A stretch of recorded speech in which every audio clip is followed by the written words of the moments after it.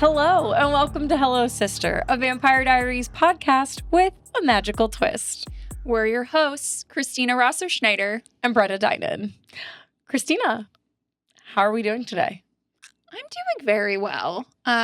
I just recently submitted the book edits that I've been talking about in some of the previous episodes. So that's really big. And I got my first half of my advance for my book coming out next year. Hell yeah. We love it. We love getting paid. We love getting paid. And it is the largest check I've ever seen from writing. Yay! So Congratulations. So that's very exciting. And hopefully in the next few months, I'll have more information about my forthcoming novel, The Last Sheaf. I can't wait. But how are you, birthday girl? Is that what today is? Literally. It's my birthday today, but obviously we record this in the past. So happy birthday to me from the past into the future. It is my birthday. So, happy birthday. If all goes well, we will have had a lovely time over the last few days. And when I say all goes well, just like nothing goes awry plan wise, but and good weather. And we get good weather. I think we'll have both been properly celebrated in certain ways and also having something upcoming for my birthday to come. So I am very excited for that in my current present, and also my future self will also be excited for that. What's to come for my birthday is that on the upcoming weekend we'll be celebrating like with some more friends. So it's always fun getting together. We're dressing up, of course. We had dressed up for Christina's birthday too, which like may or may not have already made its way across socials at this before this episode drops. But yeah. Yeah, we like birthdays. We love celebrating. We love birthdays. And it's just always a reminder. I know a lot of people aren't birthday people, and I feel like we talked about this before, but like birthdays should be celebrated and sacred because it is just a feat surviving the world. And I think that's why we both enjoy like birthdays, not only just like my own or like commemorating, like just being like, oh, wow, I like made it another year, but I think it's also important to like I love celebrating other people's birthdays too for that exact reason, because I love just celebrating people. So finding some magic in the mundane. Yeah, right? It is, because birthdays are so magical and allows you to be in the present, right? Yeah. And just focusing on like, wow, this person that I love or this person that I love, like myself, was born today. Yeah. And the world changed. And the world did change. Mm-hmm. And there's a cool little astrological chart that you can look at that just tells a little fun story about yourself. Sure does. If you're into that kind of thing. But yeah, so very exciting stuff. But outside of my birthday and celebrations, Christina, what about like what are ways that people can support us? Yeah, so similar spiel that you've heard before, sharing the podcast with friends, family, coworkers, book clubs, etc. Word of mouth goes a really long way. Leaving reviews, subscribing on YouTube, following us on Instagram and Threads, supporting my bookstore, a novel idea on Passyunk, buying my books, booking a tarot reading with Brenna or myself or both of us. All of these are great ways to support us and just liking connect. photos, connecting, sending us emails, etc. We literally love hearing from you. We just had shared out like as of, and will be in the past, present, timey-wimey stuff. But we do love when y'all reach out and like tag us in things or reach out to us via email. It's so fun to just connect with you. So thank you for doing that. And please continue to do so. Yes, please. And yeah, so we talk about Instagram and Threads? We're on there, Hello Sister Podcast. And as a reminder, we can always be emailed at hellosisterpodcast1864@gmail.com. All right. I think we're ready to. Did I repeat myself? Did I repeat what you said, or did I do it? Did I do good? Did I figure? You did great. Oh, good. Okay. I was like, I'm like already just like this is gonna be a fun. No, I'm just kidding. I don't know. You know, sometimes when we talk, sorry, brief aside, when we do talk, sometimes I really do like have moments, and this might just be my ADHD, where like I have a momentary blank on air, and then I'm like, hold on, did we already say this or did we not? I don't know if that happens to you. Just like a nuanced podcasting thing. I don't know, but it's just a thing that happens. But it might just be my own neurodivergence. I just sometimes in general don't know what's coming out of my mouth. That's same. Honestly, same. So happy birthday to all of us. Let's get into episode 17.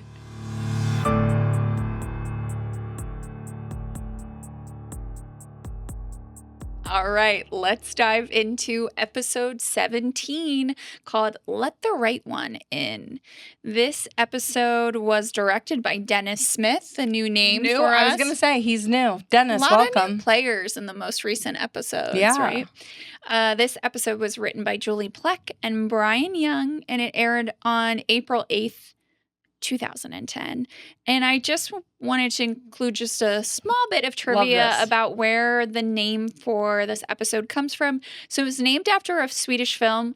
I am not going to stumble my way through the Swedish because no one wants to hear that. But translated, the title of this Swedish film is Let the Right One In. And this movie came out in 2008.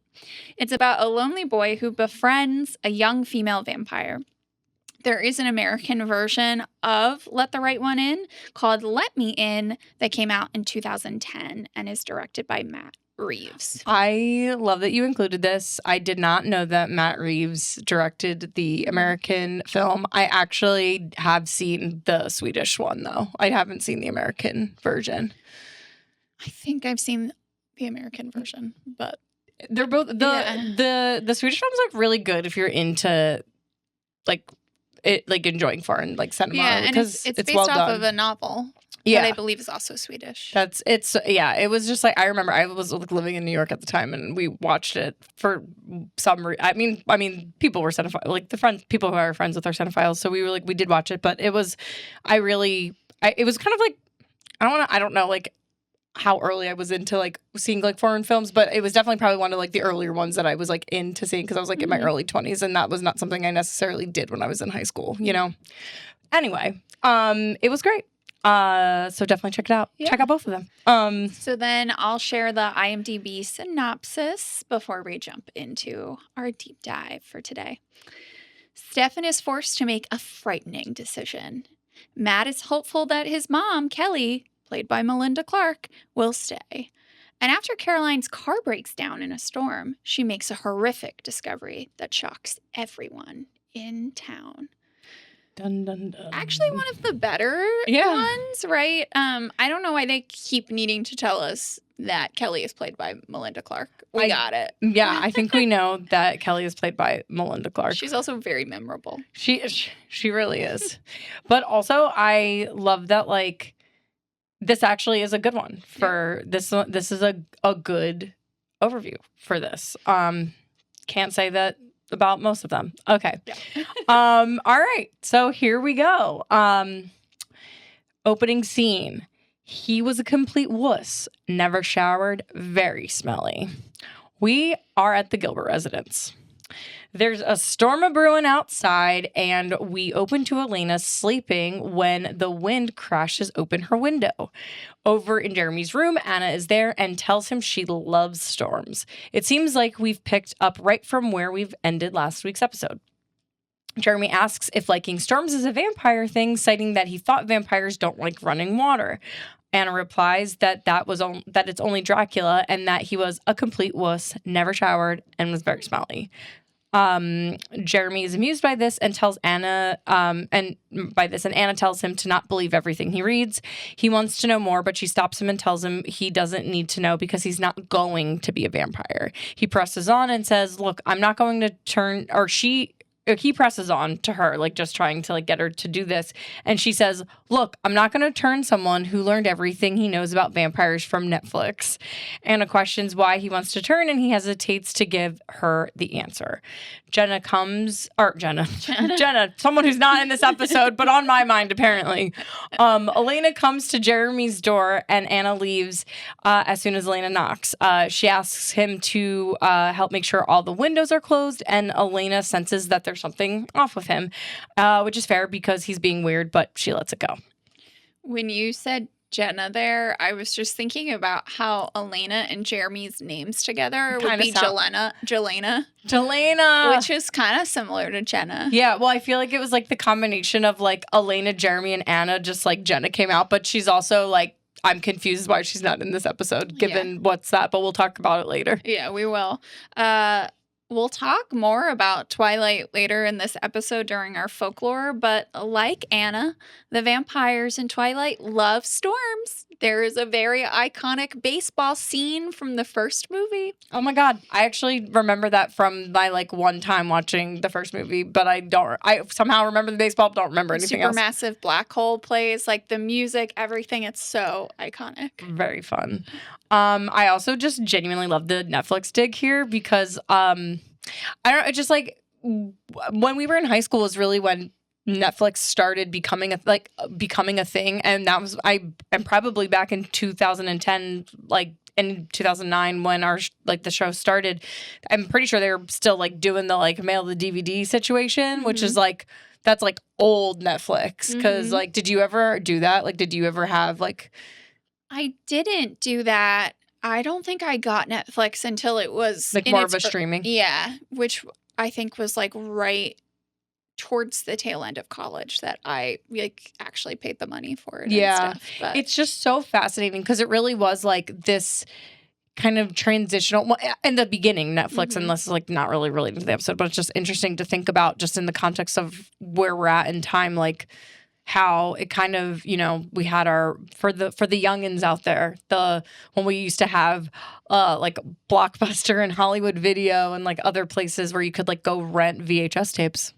The good old days. Good old days. Some DVDs, depending on how long those stores were open. But once they closed, like Netflix started doing the DVD kind of rental thing, but then just gave way to streaming entirely, and it's just like so fascinating. But yeah, anyway, on to our next scene.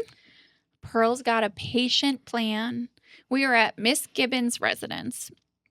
Frederick is sharpening a steak while mentioning to Pearl they're low on blood, and he suggests Anna gets some more from the hospital. Pearl agrees and tells him she'll send her tomorrow. He says if the storm holds out, he could go with her if it remains dark, but Pearl dismisses this idea given his behavior earlier in the evening at the Salvatore brothers' house. Frederick says they deserved the attack, and Pearl reminds him that his girlfriend is now dead because of what he chose to do. She doesn't want the two vampires living out of revenge and wants them to control their emotions. Frederick says he understands, but wishes he knew what she was up to. Pearl tells him she's going to investigate the town to see who is and isn't on Vervain. She also shares that Anna told her the same families are still in charge. The Lockwoods, the Forbes, the Fells. Frederick suggests they kill them all, but Pearl urges that they can't make enemies of these people and they can't hold grudges, but they will get their town back in time. They just need patience. Frederick makes fun of this sentiment as other vampires enter the room. Cue title card. My first thought, why is Frederick now more upset about Beth Ann? And then I also say, what a loser. He's such a loser. He is a loser. Like, you know, like, we need to bring that phrase back of just like calling people losers, because like it kind of is like a dig, you know? It is very good. It's like, he's a loser. Yeah. Yeah. I think I called someone, this was like in the last like probably 10 years. It was post-college. And I was at a party and this guy was just really annoying me. And I think I called him a dweeb. I love that. I just was like, I haven't used that word in 10 years. Amazing. I think that's a great, we need to bring him back. Dweeb, yeah, loser. We need him. We need him.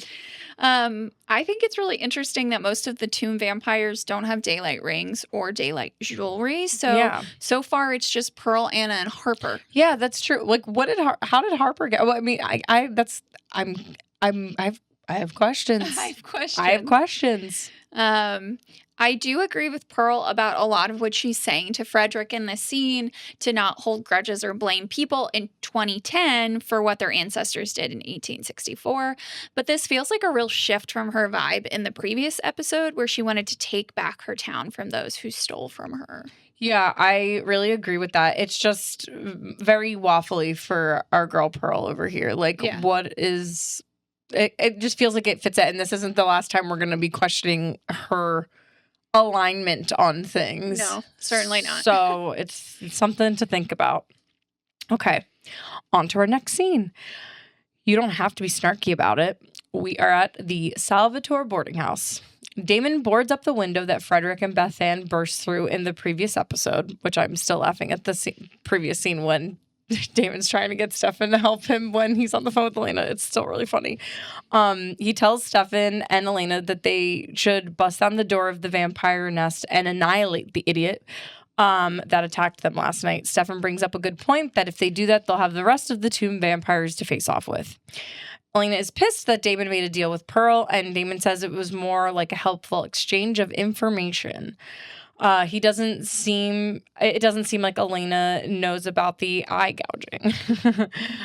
He adds that he didn't really have a choice and says Pearl is scary. He says she's going to help him get Catherine back. Elena scoffs at this, saying Damon always gets what he wants as usual, no matter who he hurts in the process. And Damon tells her that she doesn't have to be snarky about it. And Elena fires back that she woke up this morning to learn that all of the vampires have been released from the tomb. She says, I've earned snarky. Don't tell me about, what is it? You haven't even seen Crazy Jeremy. There you go. You haven't even seen Crazy Jeremy. That's in that spirit. Damon gets to the heart of what he thinks is really the matter and asks Elena how long she's going to blame him for turning her birth mother into a vampire. She says, I'm not blaming you, Damon. I've accepted the fact that you're a self-serving psychopath with no redeeming qualities. Stefan jumps in, saying that this isn't productive and that they'll find a way to deal with Pearl and the vampires. Without a word, Damon gets up and leaves. When it's just Elena and Stefan in the room, she says she's sorry, but Damon makes her so cranky. So cranky. And Stefan says, I know. He makes everyone cranky. Or everybody cranky. Changing the subject, Elena asks what they're going to do, and Stefan promises that he and Damon will handle everything. Elena asks about, what about her, and insisting that she can't sit around and do nothing. Stefan tells her that's exactly what she's going to do because that will keep her safe.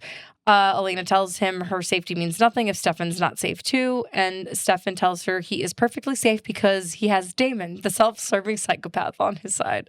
Elena isn't particularly comforted by this, and she and Stefan hold each other by the fire. The cranky line is hilarious. Yeah. I really love them bonding over how Damon makes everyone cranky, and even Alex laughed at that.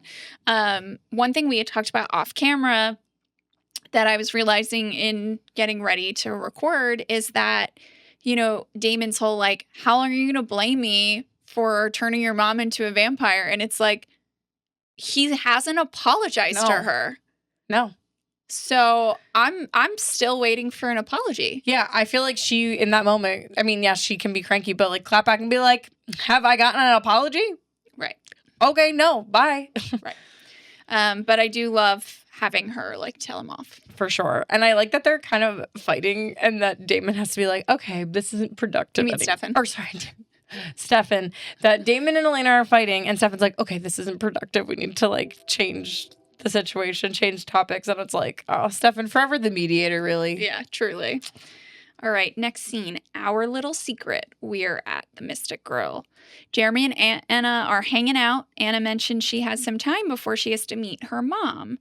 Jeremy asks her if her mom knows she's a vampire, to which Anna says the fact that you would even think it's possible to keep something like that a secret from your own family is just further proof that you're not ready. Jeremy says not ready is a step up from no. Anna replies that it's a million steps down from maybe. Anna compliments his bracelet, and he says his sister got it for him. Anna asks if she can see it and definitely clocks that it's full of vervain. She asks him if his sister knows they're hanging out, and he says no, but he doesn't see why it would be a problem. It's not like she knows what you are. Anna says she'd rather keep them hanging out a secret. Jeremy takes off his bracelet and offers it to, I wrote Jeremy, to Anna. She asks why he would give it to her. She asks why he would give it to her. And he says because he likes her. Anna fires back that he only likes her for what he can get from her. But Jeremy insists that he likes her. They share a look before Anna hands back the bracelet, saying he should wear it because it looks better on him. Anna definitely has some feelings for Jeremy and wants to keep him safe. She wants him to keep that vervain bracelet on. Yeah, it's true. She doesn't, she wants to keep him protected. And in that, I think I'm softening on Anna just a little. There are she used to be one of the top annoying people in this show, and now there are several people that are ahead of her in that category. So absolutely. Okay. Next scene, family routines and rituals. We're at the grill, and just in a different part because all how they bop around in certain locations. So Caroline is visiting Matt at work, and he's telling her how he yelled at his mom last night, and Caroline tells him that maybe Kelly, needed to hear it. Matt agrees, but says he's worried that if he pushes too hard, she'll take off again because that's her MO. He adds that it's just like Vicky, who he also hasn't heard from. Caroline rightly tells him that he can't control his mom or his sister. Matt says he wishes that his mom would try a little, and Caroline tells him maybe his mom will surprise him, saying that people have a tendency of doing that as a nod to her surprising him. They smile at each other. Caroline says she should go before the roads get even worse from the storm, and Matt questions if she should be driving in this weather, and she says that she has to do it. It's her dad's boyfriend's daughter's birthday.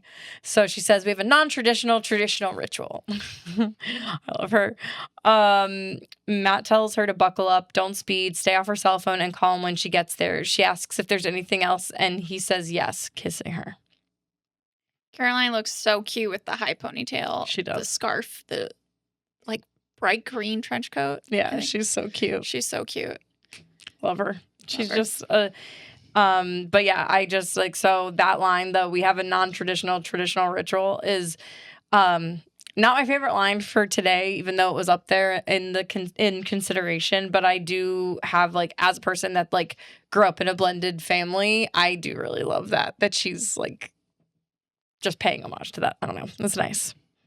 All right, next scene. Give my regards to the squirrels. We are at the Salvatore boarding house. Damon tunes a clock. Stefan walks by saying last night did a number on him and he needs to go hunt to get his strength up. Damon tells him he has 2 liters of soccer mom in the fridge. Stefan says they'll talk when he gets back. Stefan runs through the woods. He stops, sensing something. When he looks around, he's surrounded by tomb vampires, and Frederick stabs him. Yikes.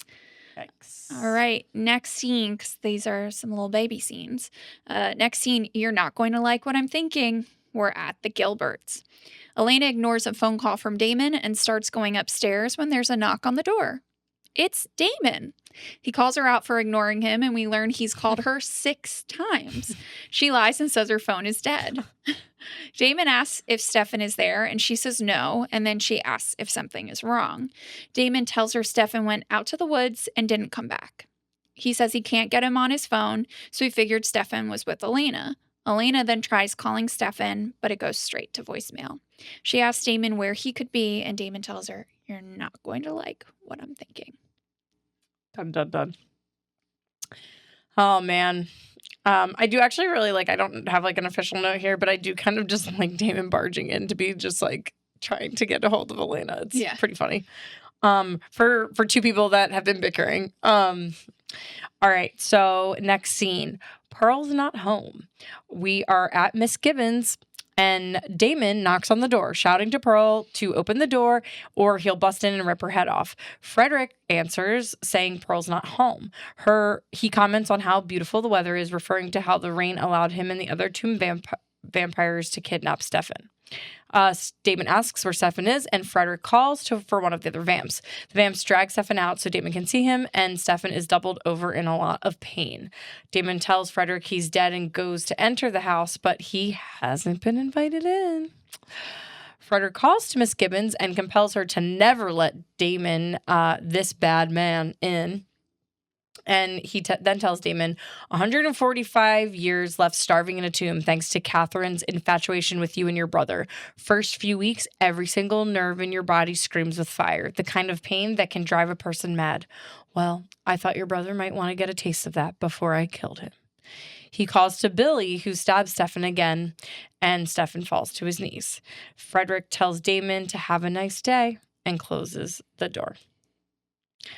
My thought on this is maybe we should be a little more upset with Catherine and less so with these two, considering at the time they were human and she was the one screwing around. Right. They were being compelled. Yeah, they were being compelled. Like, come on, Frederick. Oh, we'll talk about it later, but Harper, it's a few scenes ahead, and Harper and Stefan talk, and he's like, they just need someone to blame, and I think it's so true. Really it's so true. But I agree.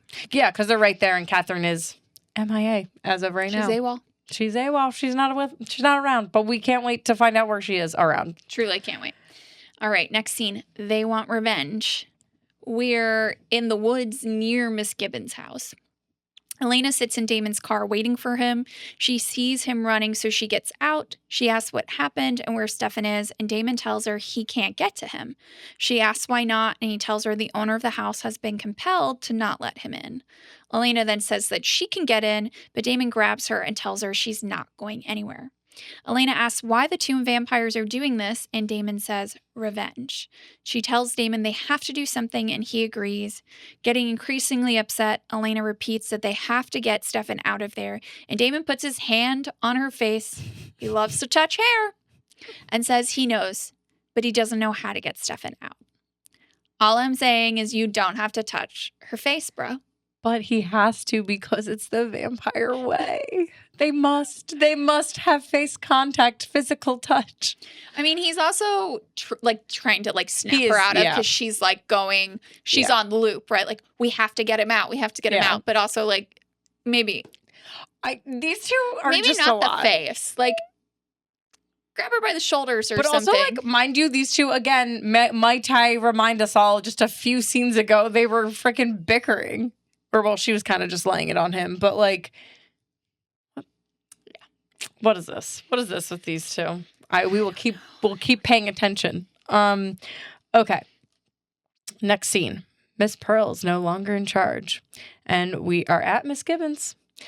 Instrumental music plays as someone wearing gloves lifts ropes from a bucket full of liquid. Stefan groans as his feet and hands are bound up by the rope. We see him strung up, his torso covered in blood and bruises. Frederick, ever the sadist, tells him they put vervain on the ropes. With a hook, he pulls on the rope, pulling Stefan off the ground. Stefan grunts in pain and pains. But Stefan ab count 8, important for you. Yes, we get to see a lot of his abs, but he's under duress. Yes. So it is disappointing, but he still looks good. Painful abs. Painful. Frederick, I don't know. It pained me. Painful to see them marred in such that way. Okay. Frederick tells Stefan that that's gotta sting, and then he puts vervain drops in Stefan's eyes, which is honestly diabolical shit.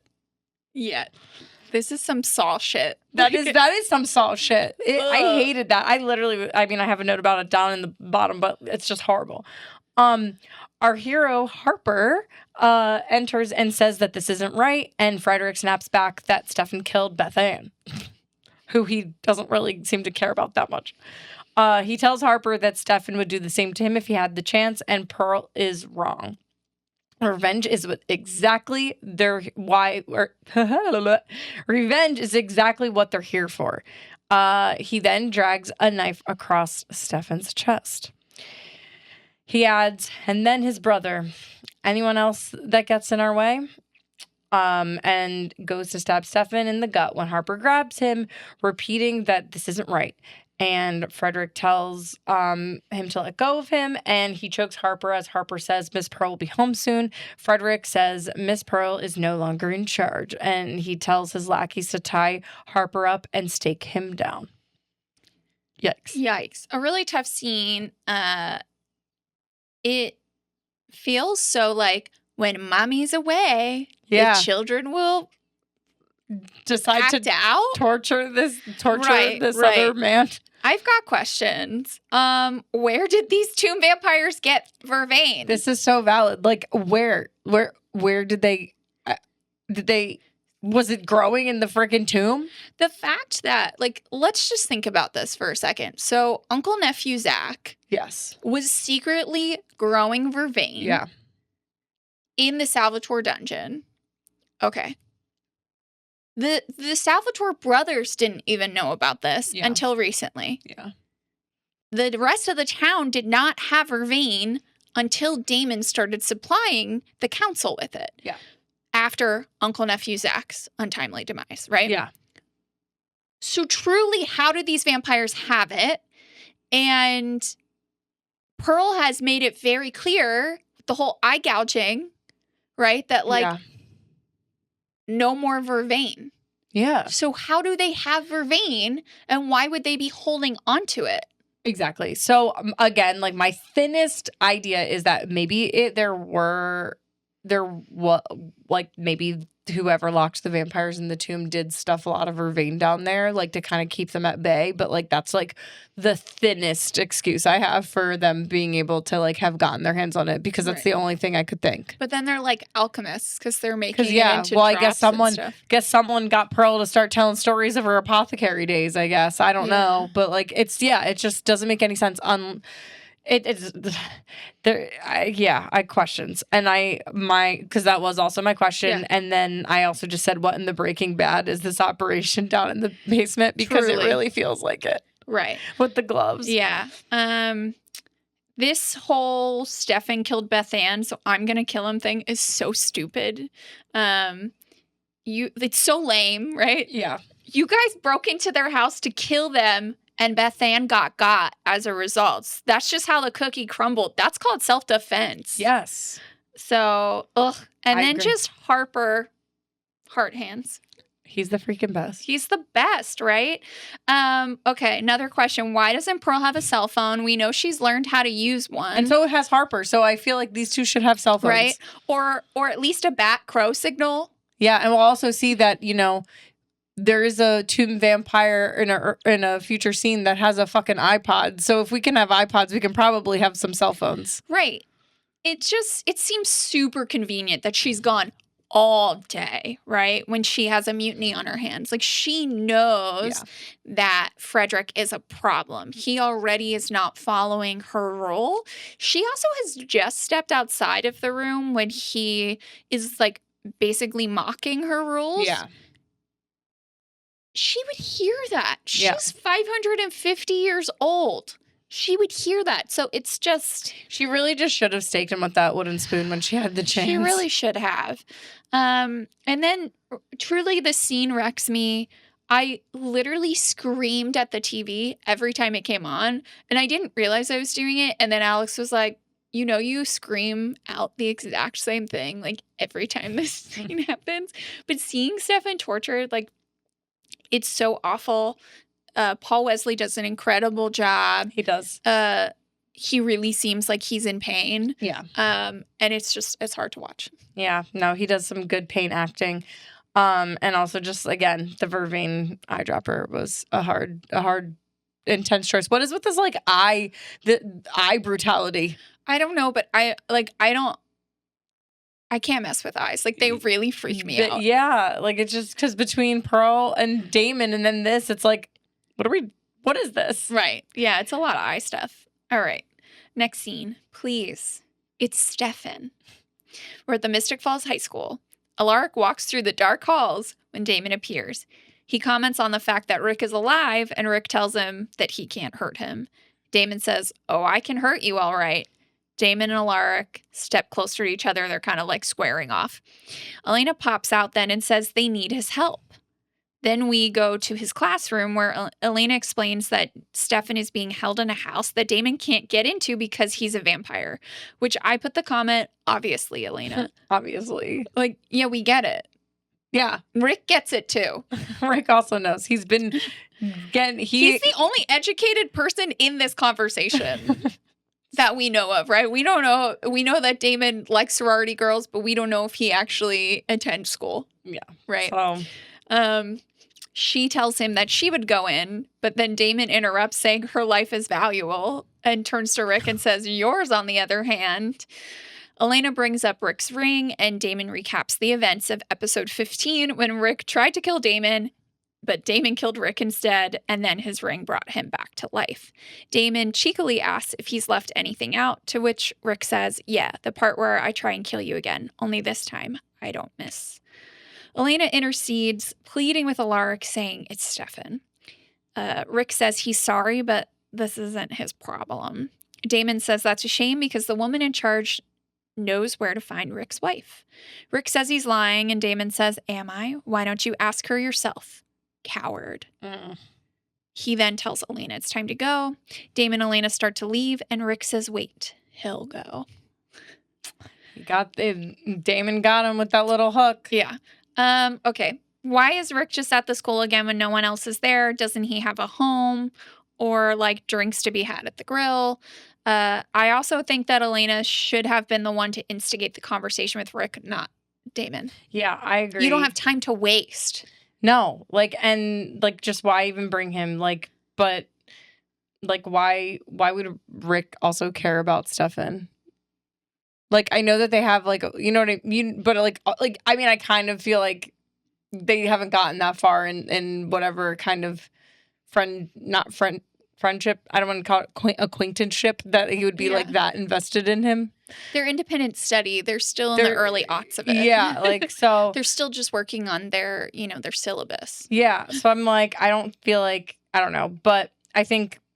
But to Damon's credit of being there, the hook of getting Alaric to help them with Isabel's stuff was kind of a move. Yeah, but. It's definitely a move. I mean, it's pretty obvious that he doesn't know, but, Rick's desperate enough to take the bait. And honestly, it's really interesting because he's doing to Rick what Pearl's doing to him. Yeah. With finding Catherine. Exactly. All right, on to our next scene. So you want a pity turn? I don't think so. And we're at the grill. Jeremy and Anna are still hanging out, and Jeremy's got a reason for her why he wants to be turned. He feels like he doesn't fit in, and he wakes up every day feeling like something's missing. He doesn't feel like he fits in life. Anna says our title of the scene, and then not buying this as a valid reason to turn him. Jeremy goes on to say that she should do it because he doesn't have anything else. Wah, wah. Jeremy, that is sad. Anna goes on to ask him if he understands why vampires turn others and confirms turning someone isn't a one-way ticket out of lonerhood. She then breaks down to Jeremy all the reasons why vampires do turn people, which include 1, we need someone to do the dirty work. 2, revenge. 3, boredom, but, that never turns out well. And then, there's the obvious one. You love someone so much that you don't want, or that you would do anything to spend all of eternity with them. Sorry, you don't fit any of those categories yet. As she wraps the breakdown, Anna catches her mom entering the grill and pretends she's talking to Jeremy about school stuff, and then texts Jeremy, Mom, signaling that she needs to go. Pearl asks Anna if she got blood from the blood bank, and she said yes, and that it was understuffed, so it was an in and out. We see in the background that Mayor Lockwood and Tyler have entered the grill. Pearl then asks who Anna was talking to, and she lies, saying that it was a friend from the library, and Pearl tells Anna that they should get home. As Pearl and Anna make their way to leave, Mayor Lockwood asks if they're trying to leave, citing roads are dangerous and that Route 5 is flooded. Pearl dismisses the warning and says they'll make do, but a server comes over to let the mayor know that his table is ready, and at the sound of his last name, Pearl perks up. Intrigued, she asks if he's Mayor Lockwood and agrees that it is treacherous outside. They further introduce themselves to each other along with Anna and Tyler. The mayor invites Pearl and Anna to join them at their table. Making their way to the table, Tyler calls out to his dad for being creepy and for hitting on another woman in front of his son. Mayor Lockwood shrugs us off and tells Tyler elections are coming and she's a constituent and a rich one from the looks of it. Pearl hears this with her vamp hearing and smirks. Tyler then chides his dad, saying, "You can tell all that by looking at her ass? Awesome. I'm going to go play some pool." Oh, my goodness. A pity turn. I just love that phrase. I feel for Jeremy feeling like he doesn't fit in. And then I also feel for Anna when she tells him the reasons why someone is turned, because when she says Jeremy doesn't fit into any of those categories yet, right? I'm like, ooh, girl, you're really falling for this kid. She's down bad. Yeah. Also, it was just as she was rattling that off, you know what? And as we were just reading it now, it reminds me of Lexi and what was Lexi's partner's name? I forget. Lee. Yeah, like just because it's like that was one of those moments where he turned to a vampire for her. But absolutely. So it is that. And then my only other note is that Mayor Lockwood is a classic douche, only nice 100%. To hot ladies. Also, he and his wife really love to hit on other people. They really do. I have further thoughts on this in our final thoughts and hot takes. Can't wait. All right, next scene. I can't be distracted with your safety. We are at Mystic Falls High. Rick has his vampire hunting kit out and is showing Elena and Damon what he's got, which includes vampire tranquilizer darts filled with vervain. Damon makes a joke about being a teacher by day and vampire hunter by night, and Rick barbs right back saying that he has Damon to thank for being a vampire hunter. Damon ultimately says to Rick to help get him in and he'll get Stefan out. Elena asks if that's his plan to take the two vampires on by himself, to which Damon replies he hopes to be a little more stealthy. Elena grabs a vampire dart and Rick asks what she's doing with it. She says she's going with them and Damon immediately shuts this down. Elena says they need her because she can get in and says Damon can distract the two vampires while she gets Stefan out. They bicker back and forth about Elena coming and Damon says she can be in the getaway car. Unsatisfied with this, she keeps pressing Damon, but he finally puts his foot down and says that he needs to be able to get in and out and can't be distracted with her safety or end up in a situation that none of them walk away from, including Stefan. After all of this, Rick urges them to go. And then our next little baby scene, Backwoods Path to Hell, we're in Caroline's car. She's driving to her dad's from the grill and the weather is pretty bad. She talks to Matt on the phone as she's driving, who tells her she probably shouldn't be talking on the phone while driving. And Caroline agrees, saying she should have one of those Bluetooth thingies. She starts breaking up, like the connection. So Matt tells her to hang up and turn around, which she tries to do, but oh no, her car is stuck in the mud. She tries getting herself out, but it's not working, and her cell has no service. I love that in this high school teen drama, they just try to slip in just the like, hey, don't text and drive, don't talk on the phone and drive, which is like something that I feel like was told that is a tale as old as time to all teens and new drivers alike. So that's kind of fun. Okay, on to our next scene. Southern hospitality with a slice of homicide.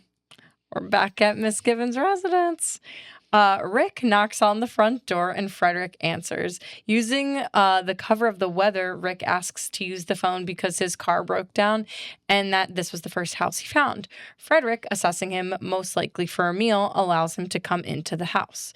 Rick continues with his cover and Frederick tells another vamp named Billy to show him where the phone is in the kitchen and to get Frederick something to drink.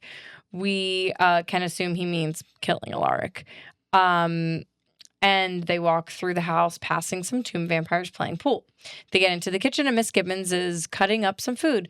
Billy tells her that Alaric needs to use her phone and she obliges. Billy goes to attack Rick, but Rick's prepared and stakes him. To obscure any sound from the kitchen, Rick puts on the faucet and the food processor to talk to Miss Gibbons. She's confused under compulsion. Rick tells her he's going to need to have her invite a friend into the house. And he opens the back door to Damon. She says he's not allowed in, so Damon urges Rick to push her outside. Damon asks Miss Gibbons if she's married or has any living relatives. After she confirms she does not, Damon snaps her neck and steps inside. Whoops. Damon. Rick is very upset by this, saying that he was supposed to compel her, and Damon tells him it doesn't work like that. He told her she's human, and Damon says he's not, so he doesn't care, and then tells Rick to get rid of the body. What? And Rick exits the house, and Damon starts to make his way through Miss Gibbons. This is just such a bad idea, but please tell us your thoughts. Yes. I have a lot of thoughts. So Rick is really lucky that the vampires didn't just swarm him immediately, that they even keep up a pretense of this. And then I know you have a big note. I do have a big note. But also, I need to just say, I didn't add this in there, but I forgot to mention that kind of one of my this isn't one that's a big one, but one of my favorite tropes in TV shows or just in general are people going undercover is I love that shit. It works it's so fun. It works for me every time. And this is obviously at on a very minuscule scale. And I'm sure there's probably at some point in the show that they'll probably do this, but it's genuinely one of my favorite when people just go undercover. I mean, actually it definitely does happen because Rick's I know. doing a great job. I know. Cause he's just he the way he's selling it. He's like, oh yeah, thanks for letting me in. And I'm I fucking love that. Like I said, it works for me every time. But here's my big note though. Do we really think Damon needed to snap Miss Gibbons' neck? I don't think it was necessary, but this is insinuating that once a vampire is compelled by a different vampire, they can't be uncompelled by someone else. And so I just wanted to get your thoughts on this. Yeah, my question is, can Damon add a layer of compulsion on top of Frederick's? I'm truly unsure. I don't know, but it feels like he should be able to compel her because it's just telling her what to do. I don't know. Well, it's Stefan compels Vicky in the hospital and then Damon compels her on the roof. Yeah. So that seems confusing to me. Also, why does Rick need to get rid of the body, but then they just leave Billy staked in the kitchen? That feels like the one you would actually want to remove, right? This scene made me think about Logan Scumfell not being able to go back into his home when he becomes undead. But since he died and owned the house, shouldn't he be able to enter like Damon can now enter since Miss Gibbons is dead? I have questions. It's... there's my one headcanon thing is that maybe because Logan Scumfell maybe just someone else owned that home. Yeah. And maybe that's how it didn't get undone, even though he's it's my house, and it's but was it? Yeah, maybe he had an ancestor, someone in his family who still owned it. Who's still alive and owns it, and that's why he couldn't get in. He said that it was his place, but I could see him lying about that. And he said he lived alone. Yeah. So maybe. I could see a rich aunt or something of the Fells just gave it to him, but the deed's still in their name, so technically there's that little tiny loophole. But in theory, you're right. It should be just once he's dead, it should be accessible. But that's why we're here, to poke holes in all of this. All right, next scene, jump scare. We're outside Miss Gibbons. Elena is sitting in Damon's car waiting. She pulls out one of the rain darts that seemingly they didn't notice she took when a branch falls on the car and it startles her. This is full scene. It's just that's it. I'm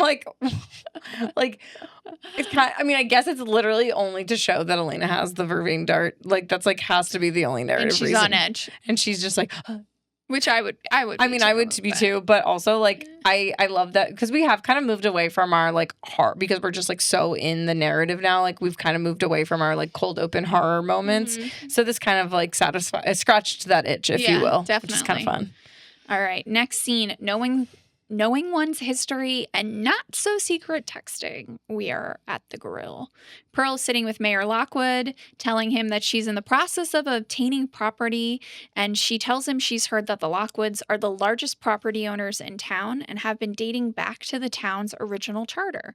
Pearl says the Lockwoods came into a lot of property in 1864, and Mayor Lockwood is amused by her knowing her history. Across the way, Tyler is with Matt while he works, talking about how his dad isn't even being subtle, talking to another woman who is not his mother. In another part of the grill, Jeremy is sitting at a table watching Anna as she plays darts. He tries to go over to talk to her, but she texts to remind him that they're a secret and he needs to keep his distance. Pearl catches them interacting from the table, and she asks Mayor Lockwood if he knows who the boy is, and he shares it's Jeremy Gilbert. I mean, they are not subtle at all. No. Bad at keeping secrets. Yeah, they're literally like anyone could clock them from like exchanging glances across the way. Okay, next scene. Damn it, Elena. Which I feel like is something we feel often sometimes with some of her choices. Rick is all of us. Okay, so this is Miss Gibbons' residence / Damon's car. Inside Miss Gibbons' house, Frederick is sitting while the other two vamps are playing pool.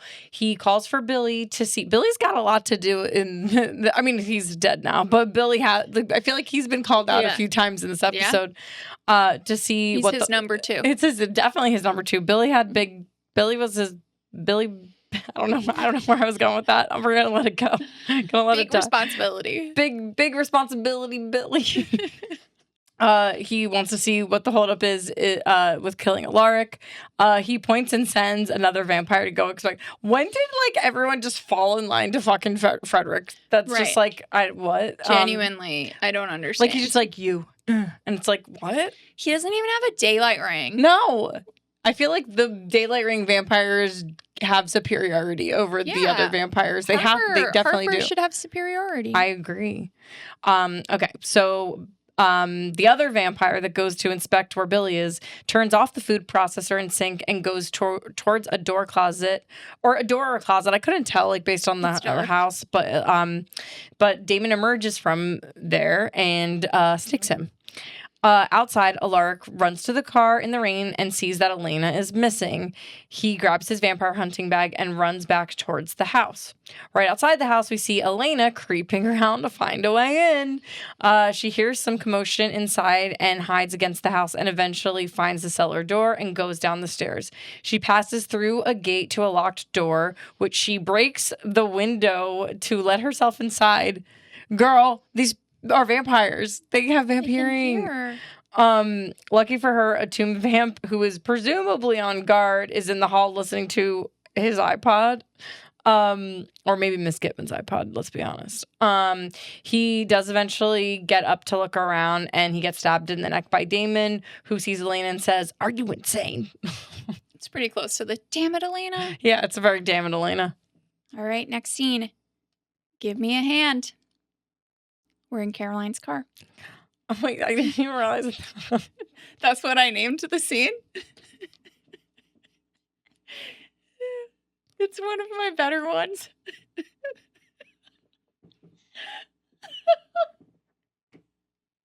It like shouldn't be as funny as it is because we're about to like just go through some sad shit, but it's actually really funny.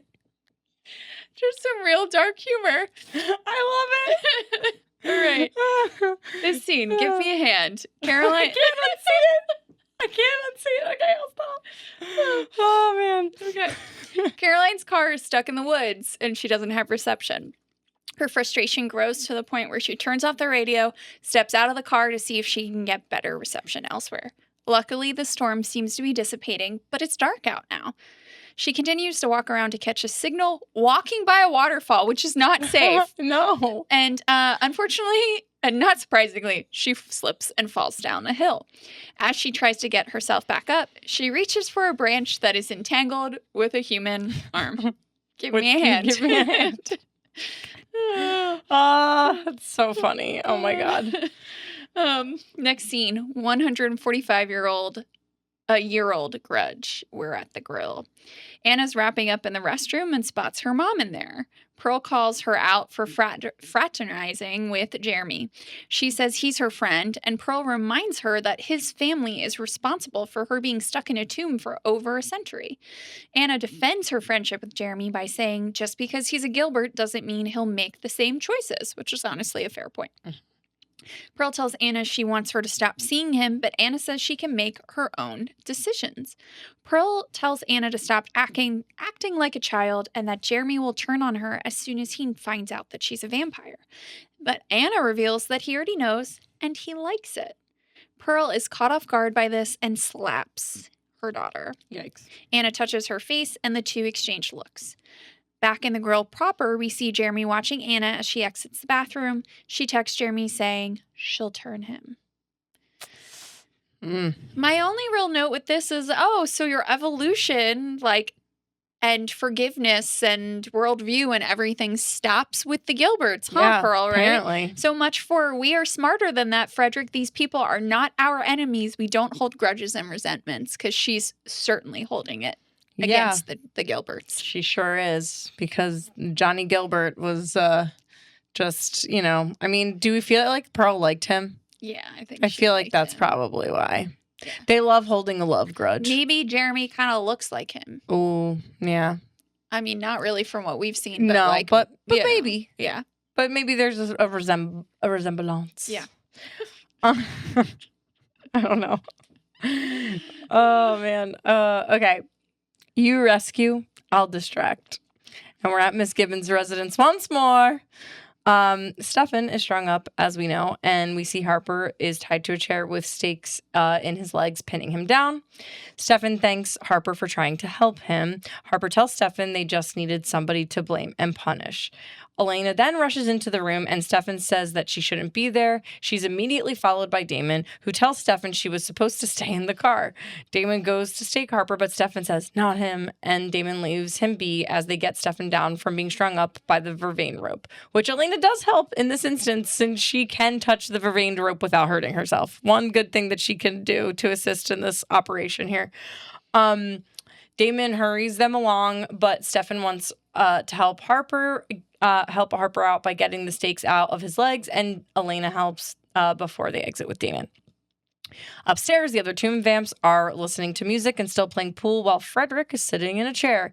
He tells them to turn the music down, saying the ambient background noise is too quiet. One of the vamps is staked by the doorway, and Frederick mobilizes the vampires who are under attack. He says, he sends them all to different parts of the house, including the cellar.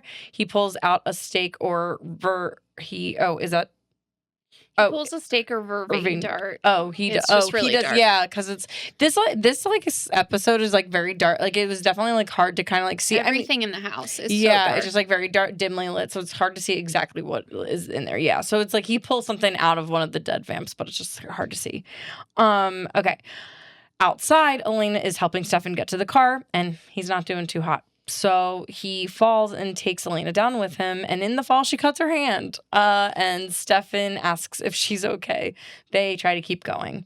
Inside, Frederick sees another staked vamp lying on the table. Damon goes in for an attack on Frederick, and the two face off again.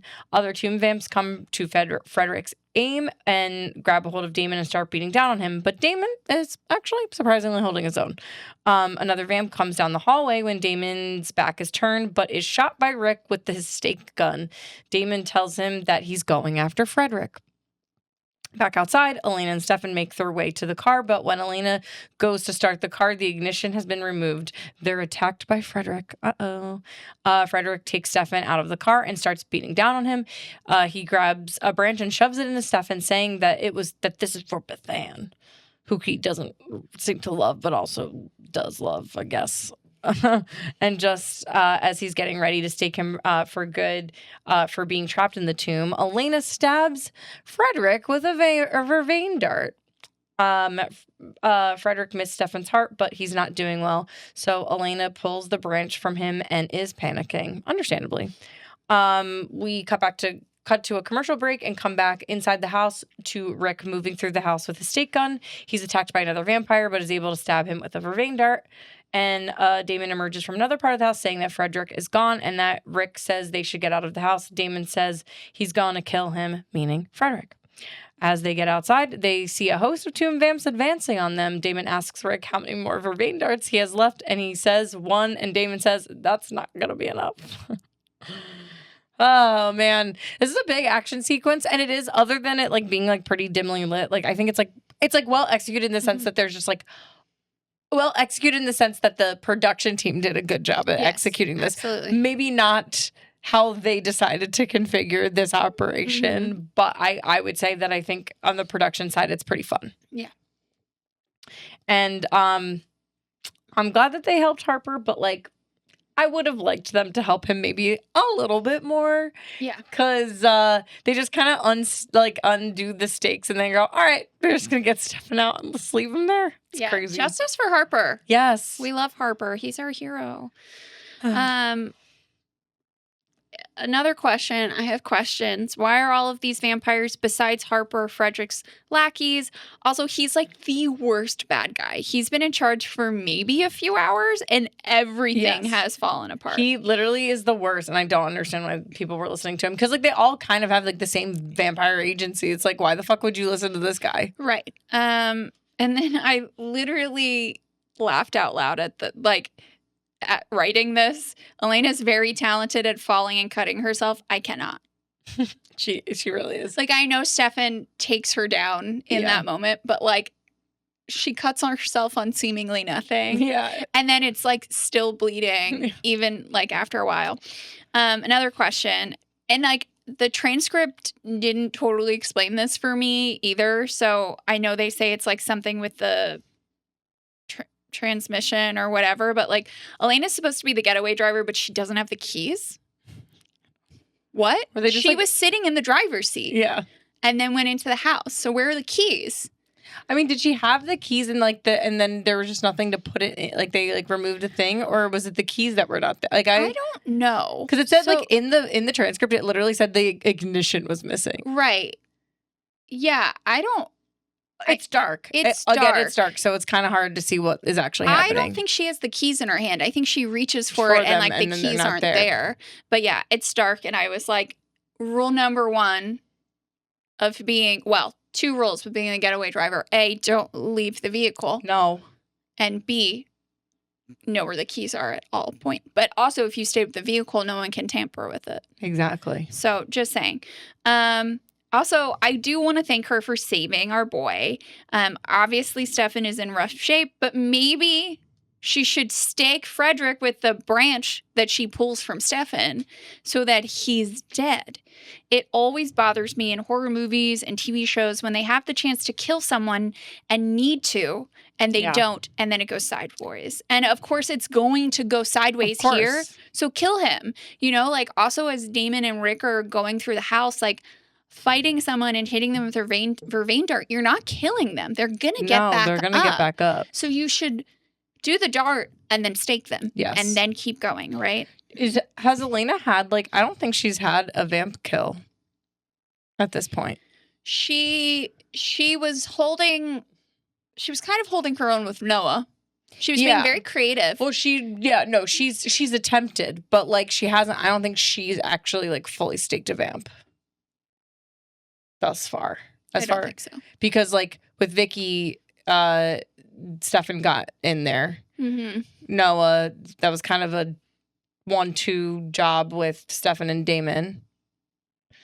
And then, even though she got some licks in, but just didn't actually do it. And then I'm just trying to think of any other dealings with vampires. I just don't think she's gotten that. So no, she gets points, but then, like, I mean, she should have. I mean, but she's been creative with staking stuff before, or attempting to stake. So it's like, girl, what are we doing? And then my last question for the scene is, who are these vampires who are approaching so ominously? Yeah. How does Frederick have an army? I don't know. It seems like there's been a lot of planning. Yeah. And timeline-wise, that just doesn't really seem possible. Also, I'll do you one better. Why? Okay, so Frederick, just like, follow us here. Frederick sends Billy into the kitchen with Alaric. Billy doesn't come back. He sends other vamp guy into. He's lazy. And then we have like a whole exchange of other stuff that's going on, and we don't know like the timing right. It's like how TV shows are, and it's like cut, like it's spliced in between.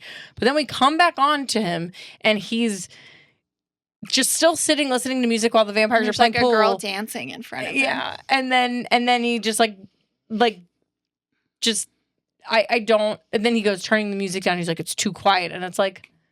So you didn't worry about the fact that, like, one, Billy never came back, two, the other guy that you sent out never came back? Like I said, he's lazy. Yeah. All right, next scene. Mystery casserole and bad news comes a-knockin'. We are at the Donovan residence. Kelly is in the kitchen making dinner, and Matt is surprised by this. She says he might want to order pizza because she's out of practice, but he goes on to serve himself some of the mystery casserole. She makes a joke that some people aren't meant for the kitchen. As they sit, she looks at him and he questions her. She tells him she's really going to try this time and asks that he bears with her. He says okay and smiles. They both do. The doorbell rings and Matt goes to answer it. Kelly makes a joke about her cooking as he goes to answer. And when he does, he sees a very sad Caroline. He asks what happened to her, smiling, assuming it's just Caroline being Caroline. But Sheriff Forbes steps into the doorway next to her and asks to talk to his mom. All right, next scene. Keep it out of the news, but I'm going to announce it to the entire restaurant. We're at the grill. Mayor Lockwood is leaving the grill and telling whoever is on the phone he's to give him 10 minutes and to keep it out of the news until he gets there. He tells Tyler, who's talking to a girl, that they have to go. Tyler says he has half of a burger left. Mayor Lockwood shares with his son that they found Vicky Donovan. This grabs his attention, and he asks if he's serious and where she was. Mayor Lockwood says that the storm revealed her grave and that her body was brought down to the morgue. Jeremy overhears this, and by overhears this, the mayor is just saying this in front of everyone in the grill. So he overhears this and asks if Vicky's dead. Tyler and Jeremy exchange concerned looks. All right. Your note is you got to say it first. All right. It's very sad. The characters are learning the news about Vicky. And I really don't mean to be insensitive here. I made some jokes about hands. But the boyfriends are looking to each other for solace over their girlfriend. They sure are. And that's really important to me. Well, we ship them. We do ship them. And since it is my birthday, it is also the last day of Pride. So I continue to ship Tyler and Jeremy. So I do too. I love it. Thanks.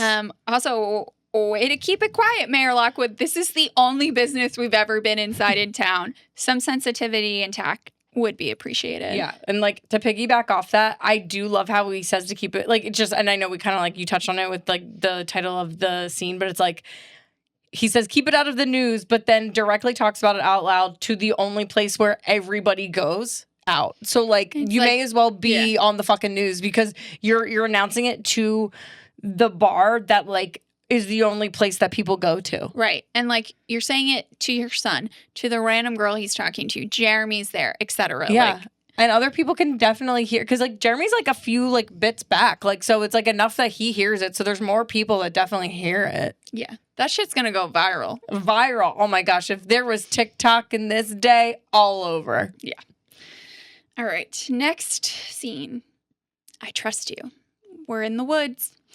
Elena is still panicking about the state of Stefan, and she's calling to him, like urging him to get up as Frederick starts to stir after being hit with the vervain dart. Again, if you had staked him, this wouldn't be a problem, Elena. Elena looks at her hand and decides to feed Stefan her blood because she's somehow still bleeding to help him heal. Stefan says no and asks her to run, but she doesn't. She tells him to take her wrist, but Stefan is hesitant to do it. She says she trusts him. He grabs her wrist and takes a bite. Oh boy. So Steffi drinks from Elena. I love how this scene is shot. There's this spin moment with the dramatic music as he's feeding from her, and like her hair's blowing, and she's like, you know, whatever. And like, it's just so of this era. Yeah. I love just that the drama is turned up so high in this scene. It's turned up so high. It's a very peak teen dramatic moment, and I love that for us. And it's a big moment for these characters. It is definitely a big moment for these characters. That feels very personal. Mm-hmm. All right. Next scene. Your merry little band of vampires spent the day torturing my brother. We're at Miss Gibbons' residence.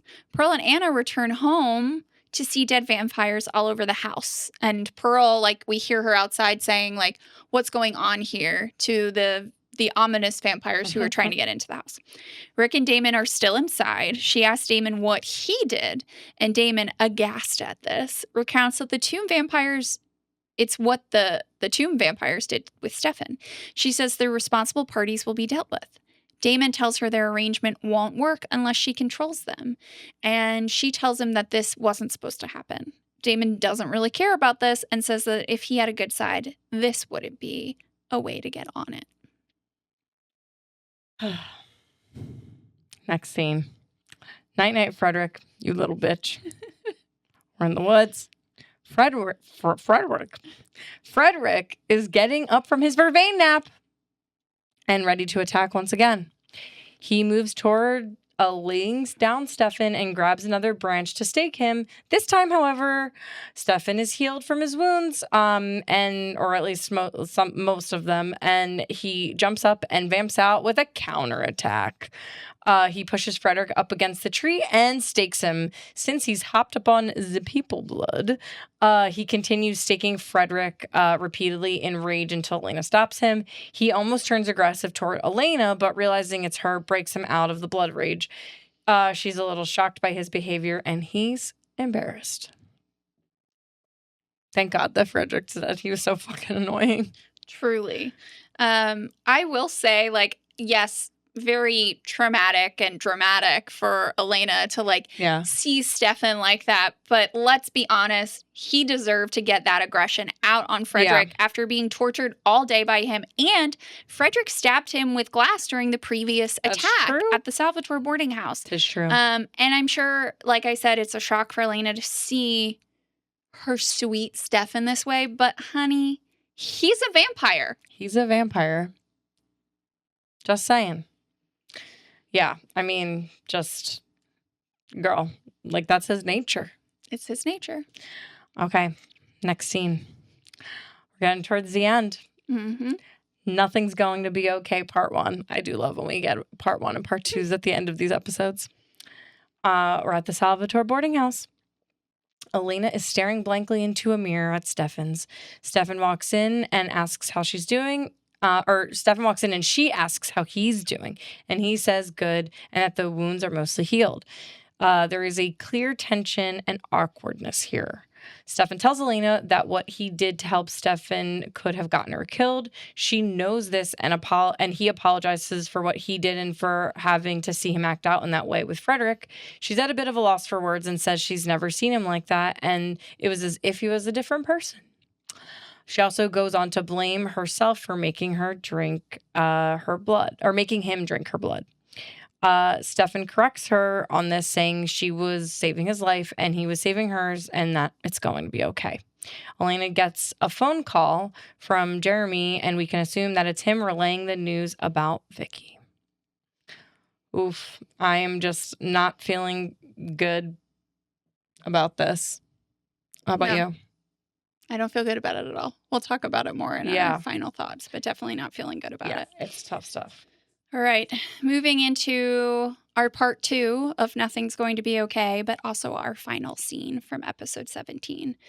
We are at the Donovan residence / the girl / the Salvatore boarding house. Sheriff Forbes and Caroline are at the Donovans with Jeremy and Matt. Caroline is going around serving coffee and brings a cup to Matt. He's in his room, very upset, obviously, over learning about his sister's death. He thanks Caroline for the coffee, and she asks if there's anything she can do. He gets up from the bed and tells her that he needs to be alone right now. The doorbell rings, and he goes to answer it, but someone already has, and we see Elena step into the hallway.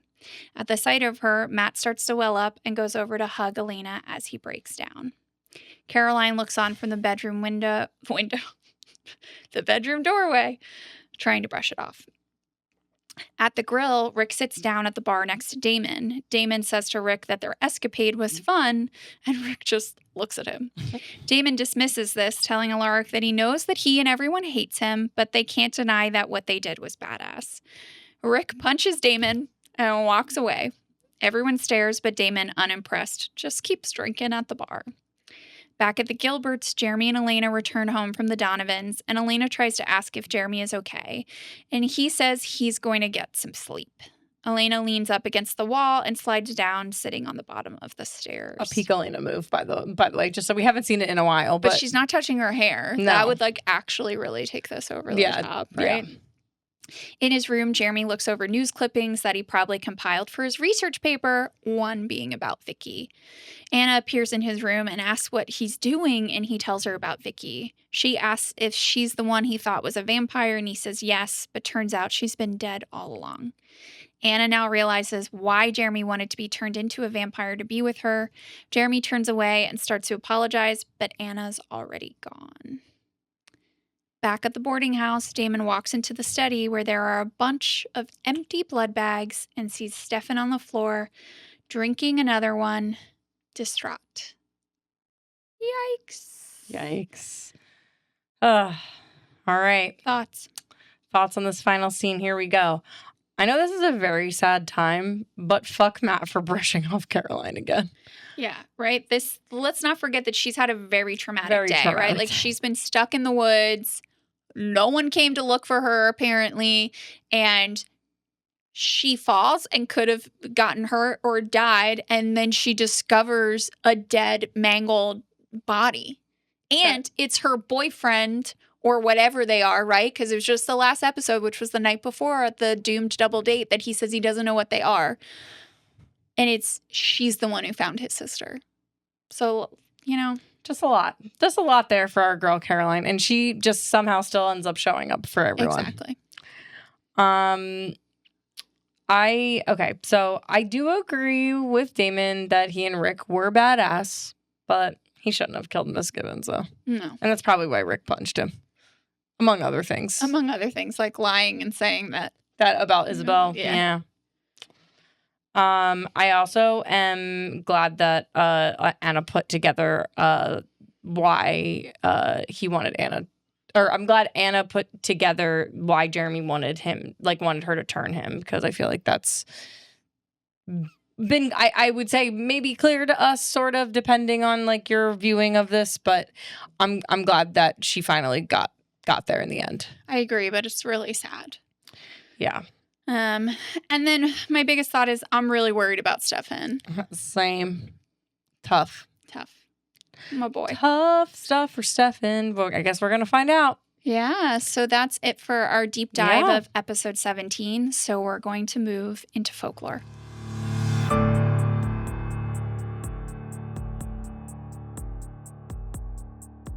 All right, let's jump into some folklore.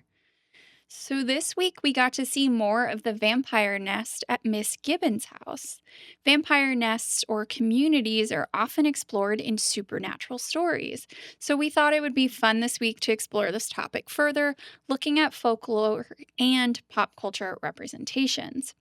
According to Wikipedia, in folklore and early mythology, vampires were often portrayed as solitary predators. In European legends, they were typically undead individuals who fed on the living, often alone, and sometimes even avoided human contact to prevent detection. This solitary nature was reinforced by the idea that vampires were solitary predators, making group living biologically and practically difficult. While some stories mention vampire groups, these were rare and usually tied to specific cultural contexts. Communal vampire groups called broods, covens, clans, or nests appear in many supernatural works of fiction, functioning like organized societies with leaders, rituals, and shared goals. So let's take a look at a few examples of vampire communities from TV, film, and literature.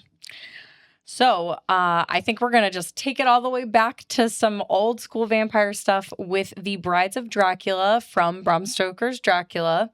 So as a little reminder, I feel like folks know Dracula, the story, maybe you haven't read it, but like people are like vaguely familiar.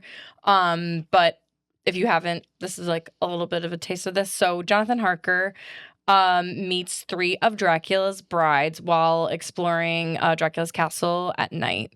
Their presence in Dracula's home displays an early precedent for going against the original folkloric beliefs that vampires are solitary predators. The brides hunt together using seductive techniques, which we see when like Harker happens upon them. Dracula stops the women from eating him in exchange for a different human offering. The text isn't like 100% clear, but it's like most likely a child in a sack is what I still haven't like officially read it, but I just like read up about this particular section.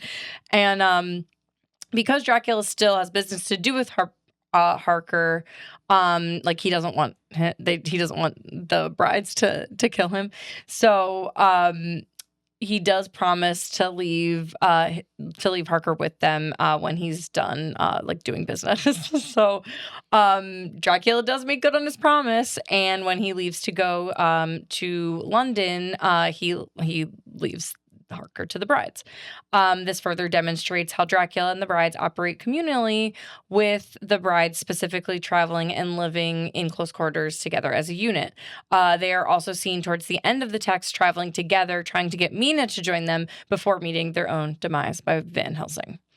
Fun fact though, they are never actually referred to as brides in the text, but like in Dracula, like they're not referred to that. That's just how they've been referred to when discussing their presence in the novel. So most scholars believe they are not actually brides, as they are referred to kind of like colloquially, but they are also like called sisters in the text though it's never confirmed if they're actually sisters.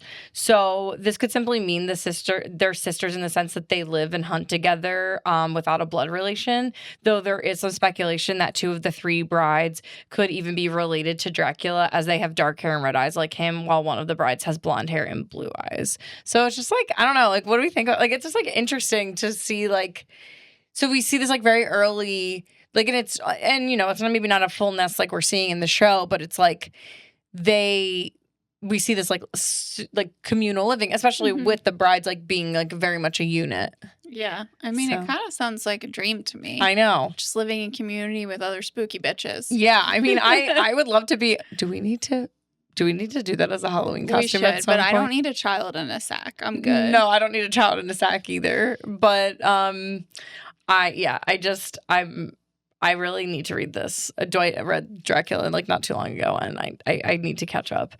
Yeah, so just very, very cool that this is like with what you brought in today with like folklore and like those early parts of it, and then how then as and we say this like with folklore a lot. I feel like we talk about how like we do a lot of like pop culture or like literature or like more modern contemporary references with our folklore, but because it is kind of like it is building on the folklore, right? Like, and I think we've probably touched on that in like a previous folklore section, but it is interesting to see how we like take those core things like we've been touching on throughout the show so far, and then seeing how they like ripple through shows, TV, books, and movies. So anyway, I just thought that was cool. So, all right. One more thing for me, and before I volley it back to Christina. So, Buffy universe. I'm back on my Buffy shit. So, back when Angel, Buffy's lover, we'll say, if you haven't seen Buffy, was first turned, his vampire sire and then partner Darla and Drusilla, who I talked about last week, traveled and lived together dating back to the 1700s. Drusilla turned Spike at like some point in time, like after that, and the 4 would operate as a vampire family. When Angel loses his soul in season 2, he teams up with Spike and Drusilla again to terrorize Buffy and their friends.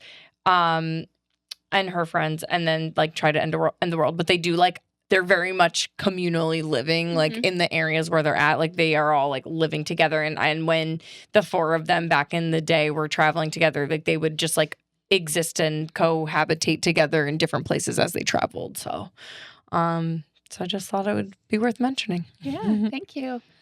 I had said in our opening scene that we would talk about Twilight this evening. So this is the Twilight part of the episode. So I wanted to talk about the Twilight clans / coven. So according to Screen Rant, in order to be a coven, a vampire coven, there has to be a group of a minimum of 3 vampires, and in large covens, members can turn on each other for domination of blood. This among vampires that drink human blood, as they are wilder. Vampires don't usually live and travel in covens, as they prefer to do so alone or in pairs, mostly to avoid drawing too much attention. As family is one of the main themes in the Twilight novels and movies, covens were included when the Cullens needed help, namely in Breaking Dawn. So here's a little bit more about the Cullen family, also known as the Olympic Coven. The Olympic Coven consists of Carlisle, Esme, Alice, Emmett, Rosalie, Jasper, Edward, Bella after her transformation in Breaking Dawn, and their daughter Renesmee, who we talked about in a previous episode. They are one of the most mature and stable covens due to their diet consisting of only animal blood. So they're like Stefan up until this pivotal scene in this episode. This lifestyle has also taught them to be loyal to one another and to value human life, which not all vampires do. By not drinking human blood, the competitive aspect of their hunting instincts has disappeared, resulting in stronger family bonds. The Olympic Coven prefers to stay in one place as long as possible, choosing places with cloudy climates so they can go out and live normal lives without revealing their true nature and their sparkles. But after some time, they are forced to leave. This coven was founded by Carlisle and Edward, who initially traveled using the cover story of Edward being the younger brother of Carlisle's late wife. There are additional covens in the Twilight universe. The Volturi, who we've talked about before, they're the largest and most powerful coven that enforces the rules of the vampire world, and they are considered royalty. There's also the Denali Coven, the Egyptian Coven, the Amazon Coven, the Irish Coven, the Mexican Coven, and the Romanian Coven. There are also disbanded covens, including from the first book / movie, James, Victoria, and Laurent. Do you think the Irish Coven is just Jack O'Connell from Sinners? Yes, I think so. Okay. I think it's literally just a gender. So, yeah, they really, I love how they have like Olympic Coven, the Volturi, and then it's like Irish Coven. Right. I love it. Romanian Coven. Romanian. Like, okay. That feels right. So now we're going to talk a little bit about True Blood vampire nests. So in the True Blood universe, a nest is a dwelling in which multiple vampires live together. In the series, we see some examples of nests, namely in seasons 1, 2, and 5 of the show. Vampire nests are said to make vampires become more cruel. Pam, one of my favorite and your favorite, we love Pam. Vampires in all universes, but especially in that show, says that this is linked to these vampires living in nests, drinking one another's blood, and assuming the personality traits of the strongest and usually cruelest member. Kind of to what we were talking about earlier with like, we're confused about the hierarchy in the vampire nest in this episode. In True Blood, the oldest vampire in the nest is the leader. Yeah. So that's how the hierarchy, would make sense, which makes sense, right? And then I also wanted to talk about one of my favorite TV shows, Penny Dreadful. It's so good. And we haven't talked about it, I think, at all on the show. And there are vampires in it. There are. So in this universe, the first vampire is Dracula. And Dracula was a fallen angel, the brother of Lucifer. The pair were cast out of heaven after a failed attempt to conquer God's throne. Lucifer fell in hell, where he started feeding on the souls of the dead, and his brother fell to earth, where he was cursed to feed on the blood of the living, and where he became the first vampire. He started creating other vampires after his own image. And according to prophecy, which is what the whole 3 seasons of the show is focused on. If the original vampire corrupts Vanessa Ives' soul, who's played expertly by Eva Green, and turns her into a vampire, a new era of darkness will take over the world, thus starting the apocalypse. The entire series about Vanessa and her friends fighting monsters and fighting to keep morality. The main characters venture into several vampire nests, which usually have a really creepy master vampire and are incredibly dangerous. And there's one nest where they do run into a bunch of creepy vampire brides, too. Oh, that's so fun. I haven't watched that show in a real. I mean, like, I've seen it and I loved it when I saw it. I'm very overdue for. These are not hot vampires. They are like. Don't they like go into a thing like the first episode, like with vampires? I'm pretty sure it's like, or like one of the definitely in the first season they go into at least 2 nests. Yeah, I do remember that. But yeah, it's some spooky stuff. I've been trying to get Dwight to watch it, but we never like. I think we've watched maybe like the first 2-ish episodes and like never get farther. But it's also because I sometimes fall asleep when I'm watching TV, and that's probably why. But it's also like similar to the show. It is lit very darkly. Yeah. So it's like something I feel like you have to watch at night, but you can't watch if you're tired because you'll fall asleep because it's dark. Yeah, I agree. But it's worth it. But I definitely both like the more we talk about these shows, like the ones that I haven't been like actively rewatching, like Buffy constantly.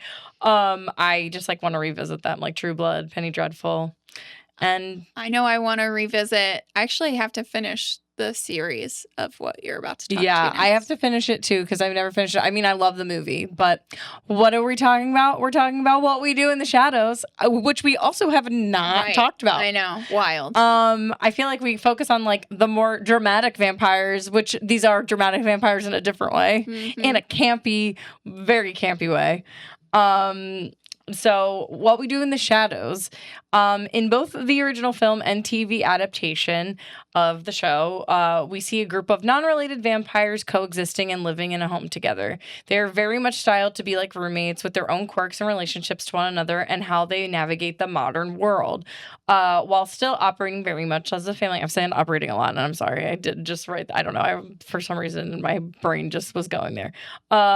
Very much as a family unit, despite their ongoing shenanigans with other supernatural forces and each other. And it's just like a great fun time, and they're so funny. It literally is the show that brought me joy during the early aughts of the pandemic. Yeah, that's when I started watching it. Oh, really? Yeah, during lockdown. Oh, that's so fun. Have you ever seen the movie? I haven't. It's really good. Yeah, so that's what like got me interested in the show. Is like I saw the movie like years ago, and then when they said that they were going to adapt it into a TV show, I was like, I'm locked in. And then I did watch a good bit of it. I just never returned to it because we just have so many TV shows to we have so many options these days in our modern times. It's so different from the Netflix of 2010. Yeah, we didn't completely different. So yeah, but that's another one that I definitely want to finish. So maybe at one point we'll finish it, both of us, so we can know.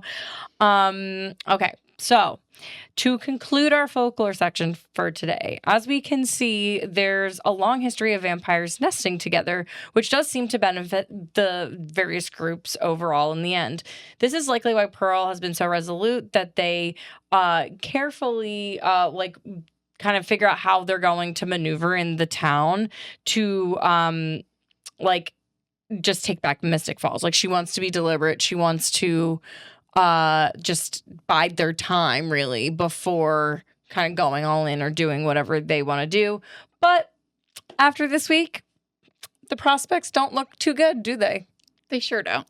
Oopsie doopsie. There's a lot more dead tomb vampires than there were before this episode. So sure are. So I guess we'll have to see where Pearl goes from here with her plan.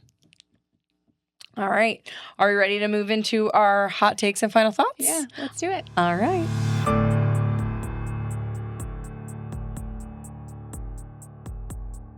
All right. Alrighty. Let's move into our hot takes and final thoughts. Where do we want to begin? I don't know. Let's who do we want to start talking about first, and we'll just see who's got what. We can start with my very first one. Vicky's body has been found. Yikes. Obviously, we've known Vicky's been dead for quite a few episodes. We've made peace with it. We made peace with it. But I feel for Matt. I feel for his mom. I feel for Jeremy. I feel for Tyler. And I feel for Caroline. But I'm personally not super interested in this storyline continuing. Sorry, not sorry, Vicky, but goodbye. She gave a hand, and that's all we needed. That's all we needed from her for this episode. Well, to piggyback off of that, because I feel like this kind of sort of like goes in that that realm of characters.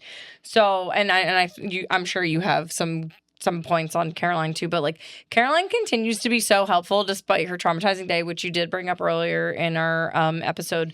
But I personally, and this is just like a personal anecdote, like I would be so overstimulated and fried after that like the fact that she's out there making coffee for these people, specifically like knowing that her maybe boyfriend, because he can't fucking figure out what he wants to be with Caroline, and his mother who outwardly hates her, she's actively like just doing acts of service all over the place for these people, including the other people that are present in the home, which like are Jeremy's there, Tyler, and then is there anyone else other? Well, then Elena eventually comes, and then Sheriff Forbes. But so it's like she's doing the most, and like I just don't understand why Matt still defaults to fucking Elena. Like it's just I genuinely feel like I just don't have joy in the scenes with Matt and Caroline. And even though like I love her so much, I want her to be happy, and like she's like seemingly like will take some of this bullshit from Matt, but it's just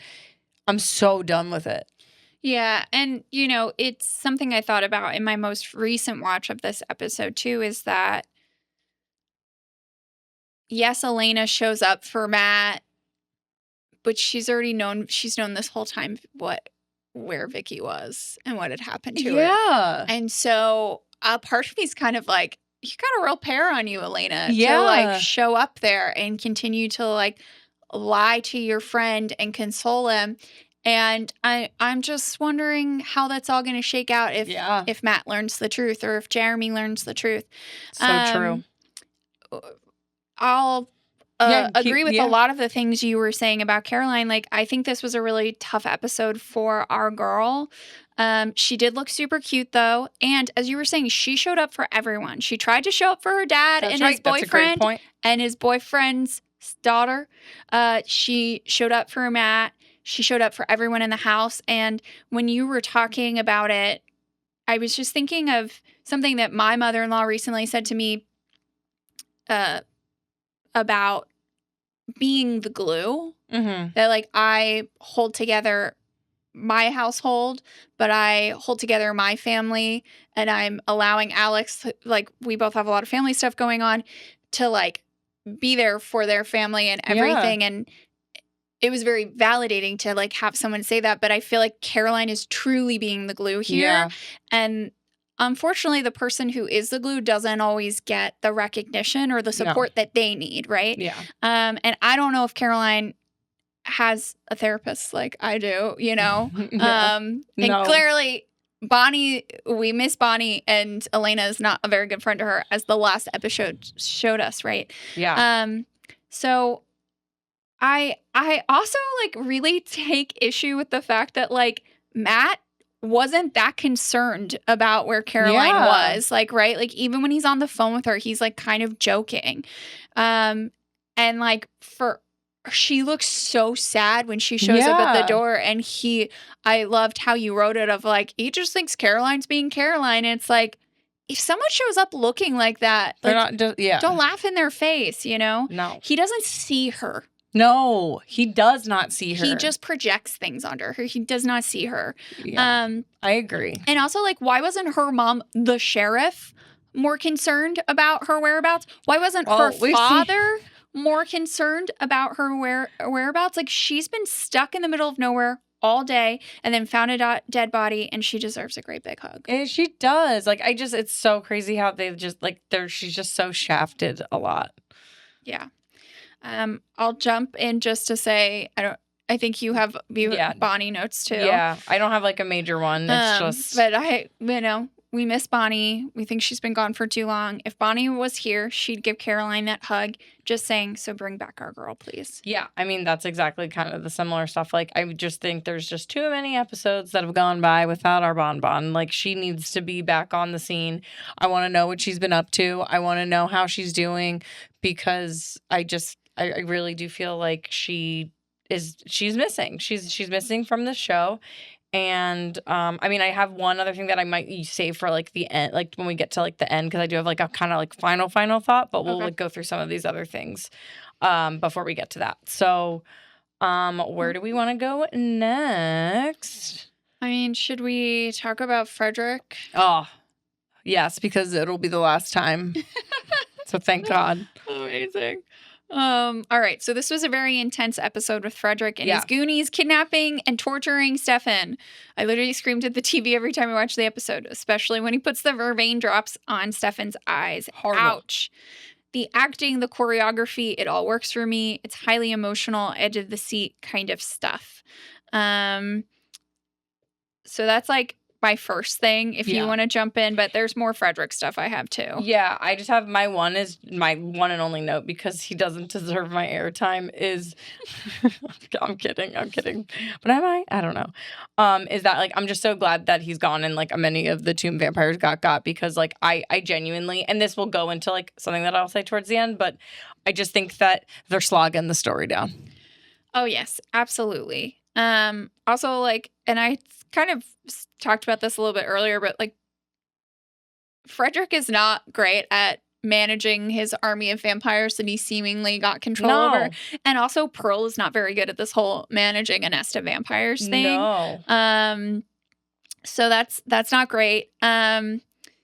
My hot take is that Elena is a terrible getaway driver. Yeah. And that while she helped Stefan out and put Frederick down for his vervain nap, she also complicated everything. And I think for me, from there, unless you want to talk more about Elena, I think it makes sense to like talk about this like successful but also botched rescue mission. Yes. Well, before we get into the botched, let me see if I have my I don't know if I even have Elena notes today. I do have a Pearl note in relating to like the management of her vampire, her merry band of vampires, if you will. Yes. I do kind of love that she owns up to them being out of control. Like after she like accuses Damon of being like, "What did you do?" And then he tells her what happened, and then she goes, "Well, that wasn't supposed to happen." Like it's a humbling moment for Pearl, and it's just kind of funny the way that she's just like, "Oh, that wasn't supposed to happen," and you're like, "Yeah, no, it wasn't." No. Not a way to get on Damon's good side if he had one. Just saying. Yeah. But yeah, so that was just kind of like a one thing about Pearl. Yeah. But yeah, do we want to get into that vampiness? Yeah, I mean, I'll start by saying I'm glad Stefan's okay, and we can talk about this more in a bit, but I'm really worried about him with all of those blood bags. Yeah. But let's talk about this rescue mission. It was kind of a mess, and so much of it was pure luck. Damon and Rick should have worked to take out the vampires as soon as Damon was able to get inside. Like, you don't need to dispose of Miss Gibbons' body. We've already talked about you didn't need to kill Miss Gibbons. I mean, I don't know what the workaround was, but, you know, maybe lure them out of the house, etc. But, like, when he's just like, and goodbye to Rick, I'm like, I know you work alone, Damon, but let's think about this, right? They should have brought blood for Stefan to help him heal and strengthen him. Yeah, that's a really good point. Like, come on. Like they could Damon remembered to bring Catherine some blood. Which got us into this current predicament. Yes. And you know what? Like, you know that he was out there going hunt for squirrels. He's probably hungry. And he's already weakened. So why didn't you just catch a squirrel for him? Just catch a little squirrel. Right. Even though that makes me sad. But you know, you gotta eat. In terms of Elena coming into the house and not staying with the car, here's my question.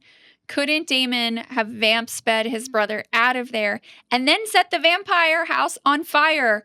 Where is the flamethrower from a few episodes back? Use that. These are genuinely the questions. I know my logic is coming down hard. It's really coming down. Here's like, okay. So to kind of go back on like a little stuff about this, because it's all kind of tangentially related. Because I know we're talking about, should I go to my one Elena thing? Yeah. I did find my Elena note.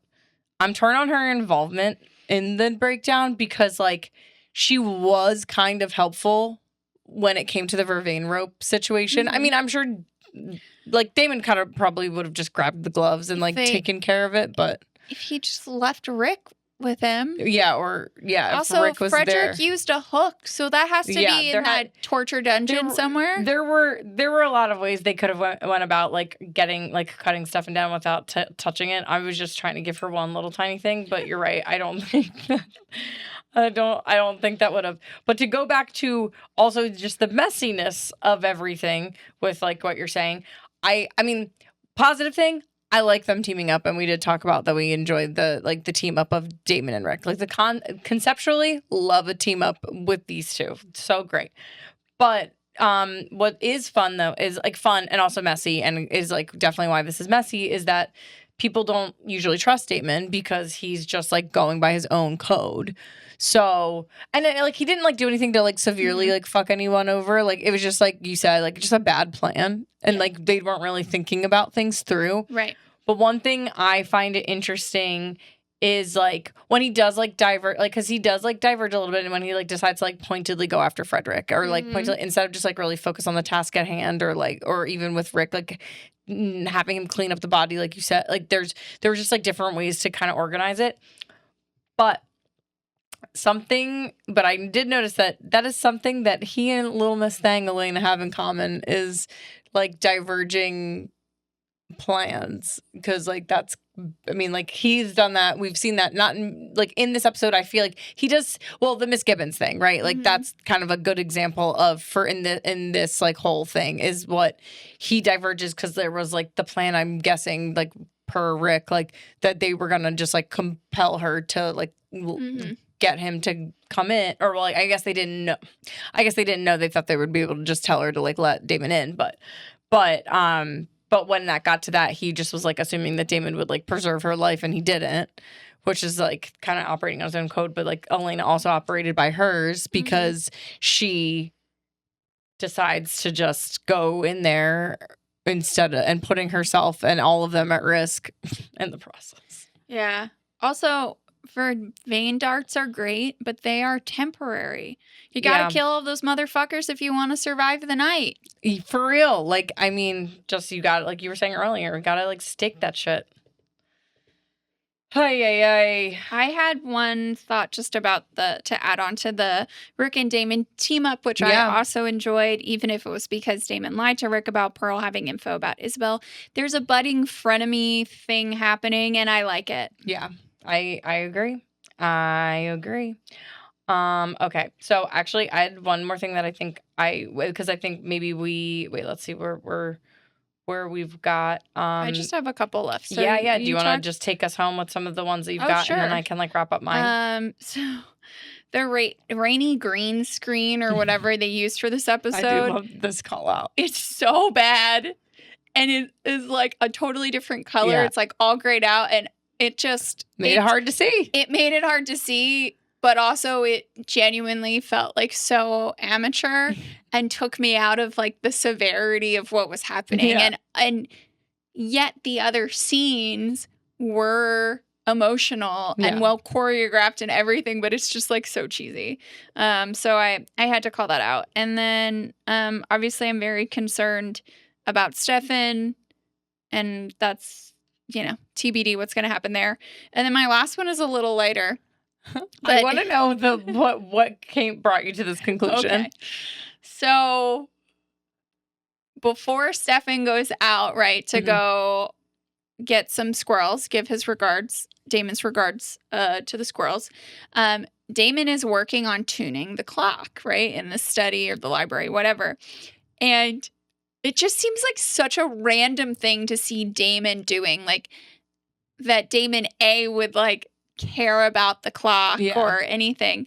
And so it made me think about the career fair episode. And when we were trying to figure out what Stefan's many career or like short-lived careers had been in the last 145 years. And so I was like, you know what?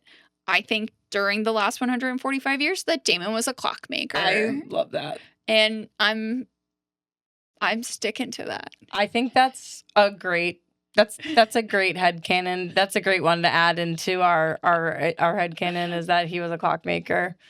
Oh man, that's really funny. That feels like it weirdly tracks, like somehow. I can't quite explain it, but it does work. Yeah.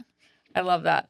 Okay, so just a few more things from moi. We're moving back to like the Mystic Falls people. I forgot to mention this, but like, why the fuck was Jenna not at the Forbes house? I mean, I talked about it a little bit. At the Donovans, you mean? Or at the Donovans. Man, I was really just all over the place with some of my writing notes today. But yes, at the Donovans, like, she's like, where is she? Like, she's not there when the storms are brewing in the top of the episode. So like, where the fuck was she? Was she just like, is she at her thesis? Like, what is happening? Like, is she just like, does she travel to go to school and like leave them by themselves for days at a time? I don't know where Jenna is at any given moment in time. Yeah. Fair. And it's very confusing to me because like you would think like, and we were talking about this off mic and off camera, like, or before we recorded today, but like from last episode, we learned that Kelly and Jenna are like friendly. Yeah. From just like their time of like babysitting and partying together. So it's just like, wouldn't you be over there also console? And your sister was allegedly besties with Kelly. So it's like, wouldn't you also be over there like consoling your like ex-babysitter / party friend? And also sister's alleged best friend. Right. It's just like confusing. Right. Yep. So, anyway, another thing, I will say, like, Anna did start, like, all of her shenanigans by originally using Jeremy, and while I think I'm softening on her, there's a part of me that doesn't think Jeremy's all that bad for wanting to use her to turn him. I'm like, that's a little hot takey there, but, like, he was trying. He was angling. Mm-hmm. And then, this was, like, okay, so two more things. I now understand why Mrs. Lockwood hits on Damon, because her husband is no better and they need marriage counseling, or just like, I don't know, a divorce would maybe be good for these two. Stop traumatizing your son, who's definitely a douchebag, because of what he learns from these two. Yeah. And the generational trauma in this town, specifically for our like surrounding our male characters, is really something. Like when we think about it, like think about Tyler and we think about Matt, and they're all different. And then it's like Damon and Stefan too, because it's like they, like with Giuseppe, like we've seen Giuseppe like being the fucking worst. Mm-hmm. And I mean, it's just like these men are traumatized. Yeah. By their family members. Yeah, it's unfortunate. Yeah. Feel bad for them. Okay. So, final thought. It feels like this stress, and you can probably kind of tell that, like, we just, like, this episode's just not. It's fine. It's fine, but it's coming off of a string of episodes that feel very much like a little, like, as we used to say back in the, like, filler episodes, when they're, but, like, which happens in network TV because they have so many episodes. Like, they usually have 21, 22 episode seasons. So there are times where I think, like, there's a benefit to that, right? Like, where when shows operate, like, had that operating. Why the fuck is that in my brain? Well, when shows existed in that way, I feel like it was a blessing and a curse. It was like a blessing in the sense that, like, we got more time with the characters, which kind of built on, like, micro dynamics, which kind of helped just, like, overall feel, like, more connected to each character from week to week.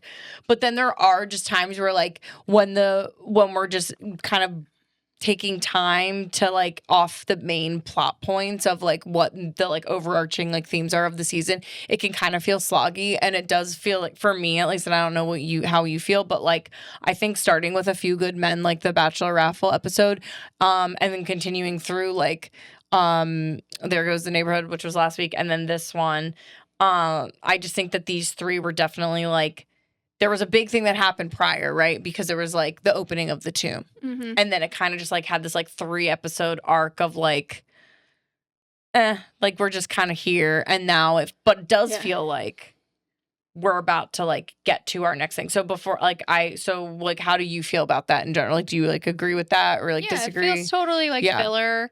I mean, I think one of the biggest kind of offenses of these episodes is that Bonnie's missing. Yeah. When the last episode that I feel like there's emotional weight in this episode, certainly, Mm-hmm. but I feel like really the last time I felt like emotionally invested in the present moment and the past and how it all connects was in episode 14 when Grams dies, when the tomb is opened. And to not have the character at the center of that who is dealing with a huge loss, who also is a really interesting supernatural character, just feels like, what are we doing here, right? Like this, it feels kind of like the last episode was literally the writers giving us like what Elena and Stefan wanted of like a normal teenagey kind of night, right? With like a splash of the supernatural. And I'm like,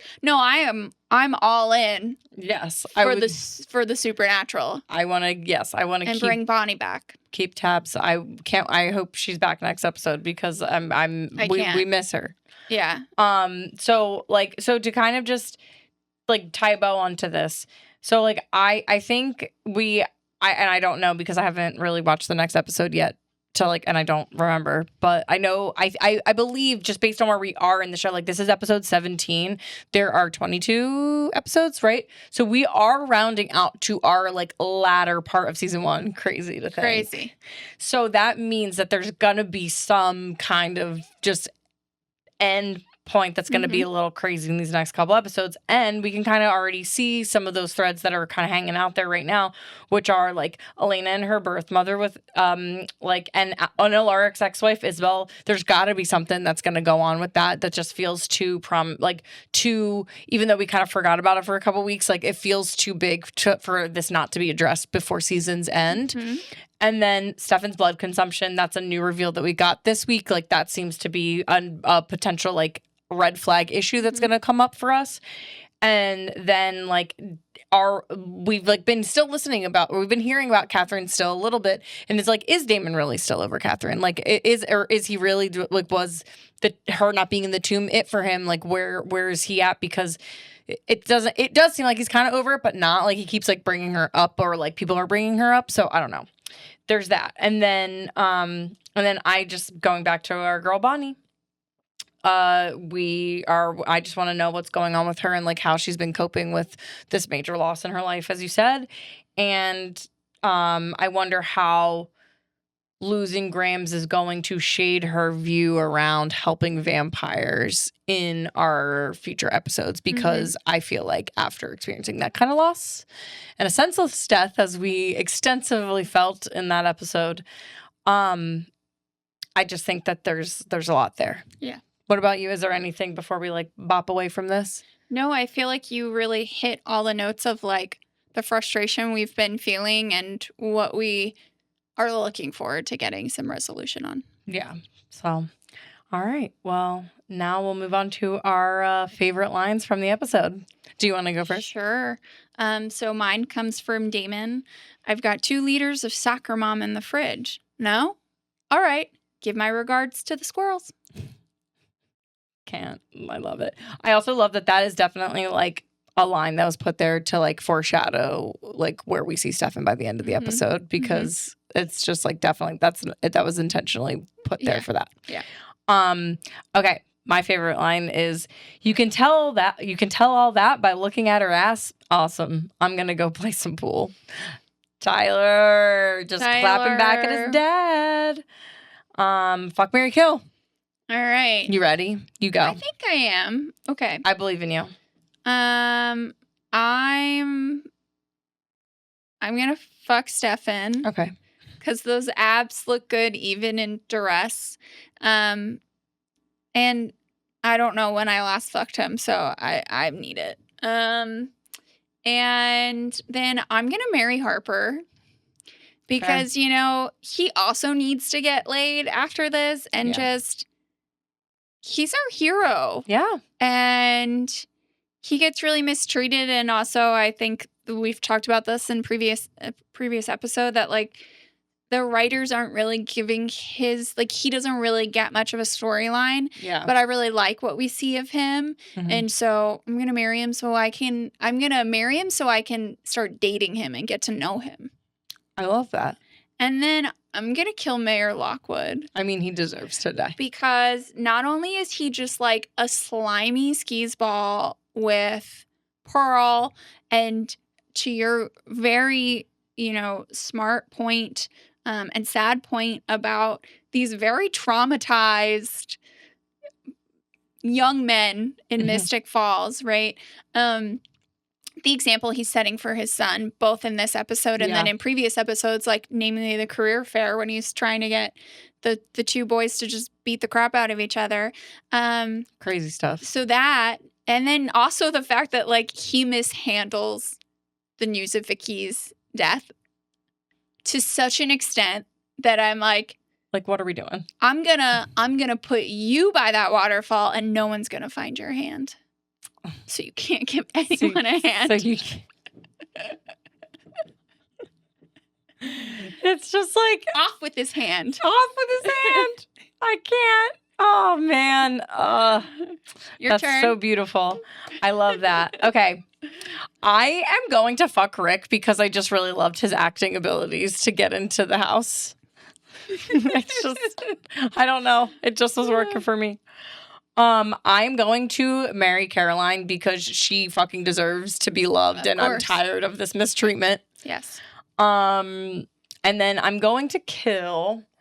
Mayor Lockwood was definitely up there for me. Frederick's already been killed, so I'm going to kill Pearl because we would not be dealing with these stupid ass tomb vampires if she wasn't on the scene with them. So I am gonna kill Pearl. Sorry, girl. Amazing. All right. I think that's a wrap for today. Yeah, wow. As a reminder, you can follow us online. It's fun over there. Please join us at Hello Sister Podcast on Instagram and Threads. Or if you'd like to write us an email, you can do so at hellosisterpodcast1864@gmail.com. And you know what, Christina? Thank you for rescuing me from a vengeful vampire nest. It's just, I don't know how I would get away from things without you. And of course, as always, thank you to our husbands, Alex and Dwight, for all their hard work and support.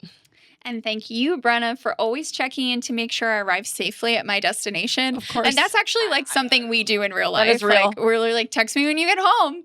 I didn't hear from you. Did you get home okay? I would simply never just not be okay with not hearing from you and would worry that you are stuck in a ditch, and I would try to come find you. Yes. Thank you. You're welcome. And thank you for listening to Hello Sister. Bye. Bye. Hello Sister is written, directed, and hosted by Christina Rosso-Schneider and Brenna Dinon. Graphic designs are by Alex Schneider. Music is written and produced by Dwight Evan Young. Sound design and video are recorded and produced by Dwight Evan Young and Brenna Dinon. Hello Sister Podcast is a Bad Day Media production. That's 201. 201, Dwight. You hear that? You hear that? With spacing, it might actually be 2 hours. We probably are sub 2. That is crazy. All right.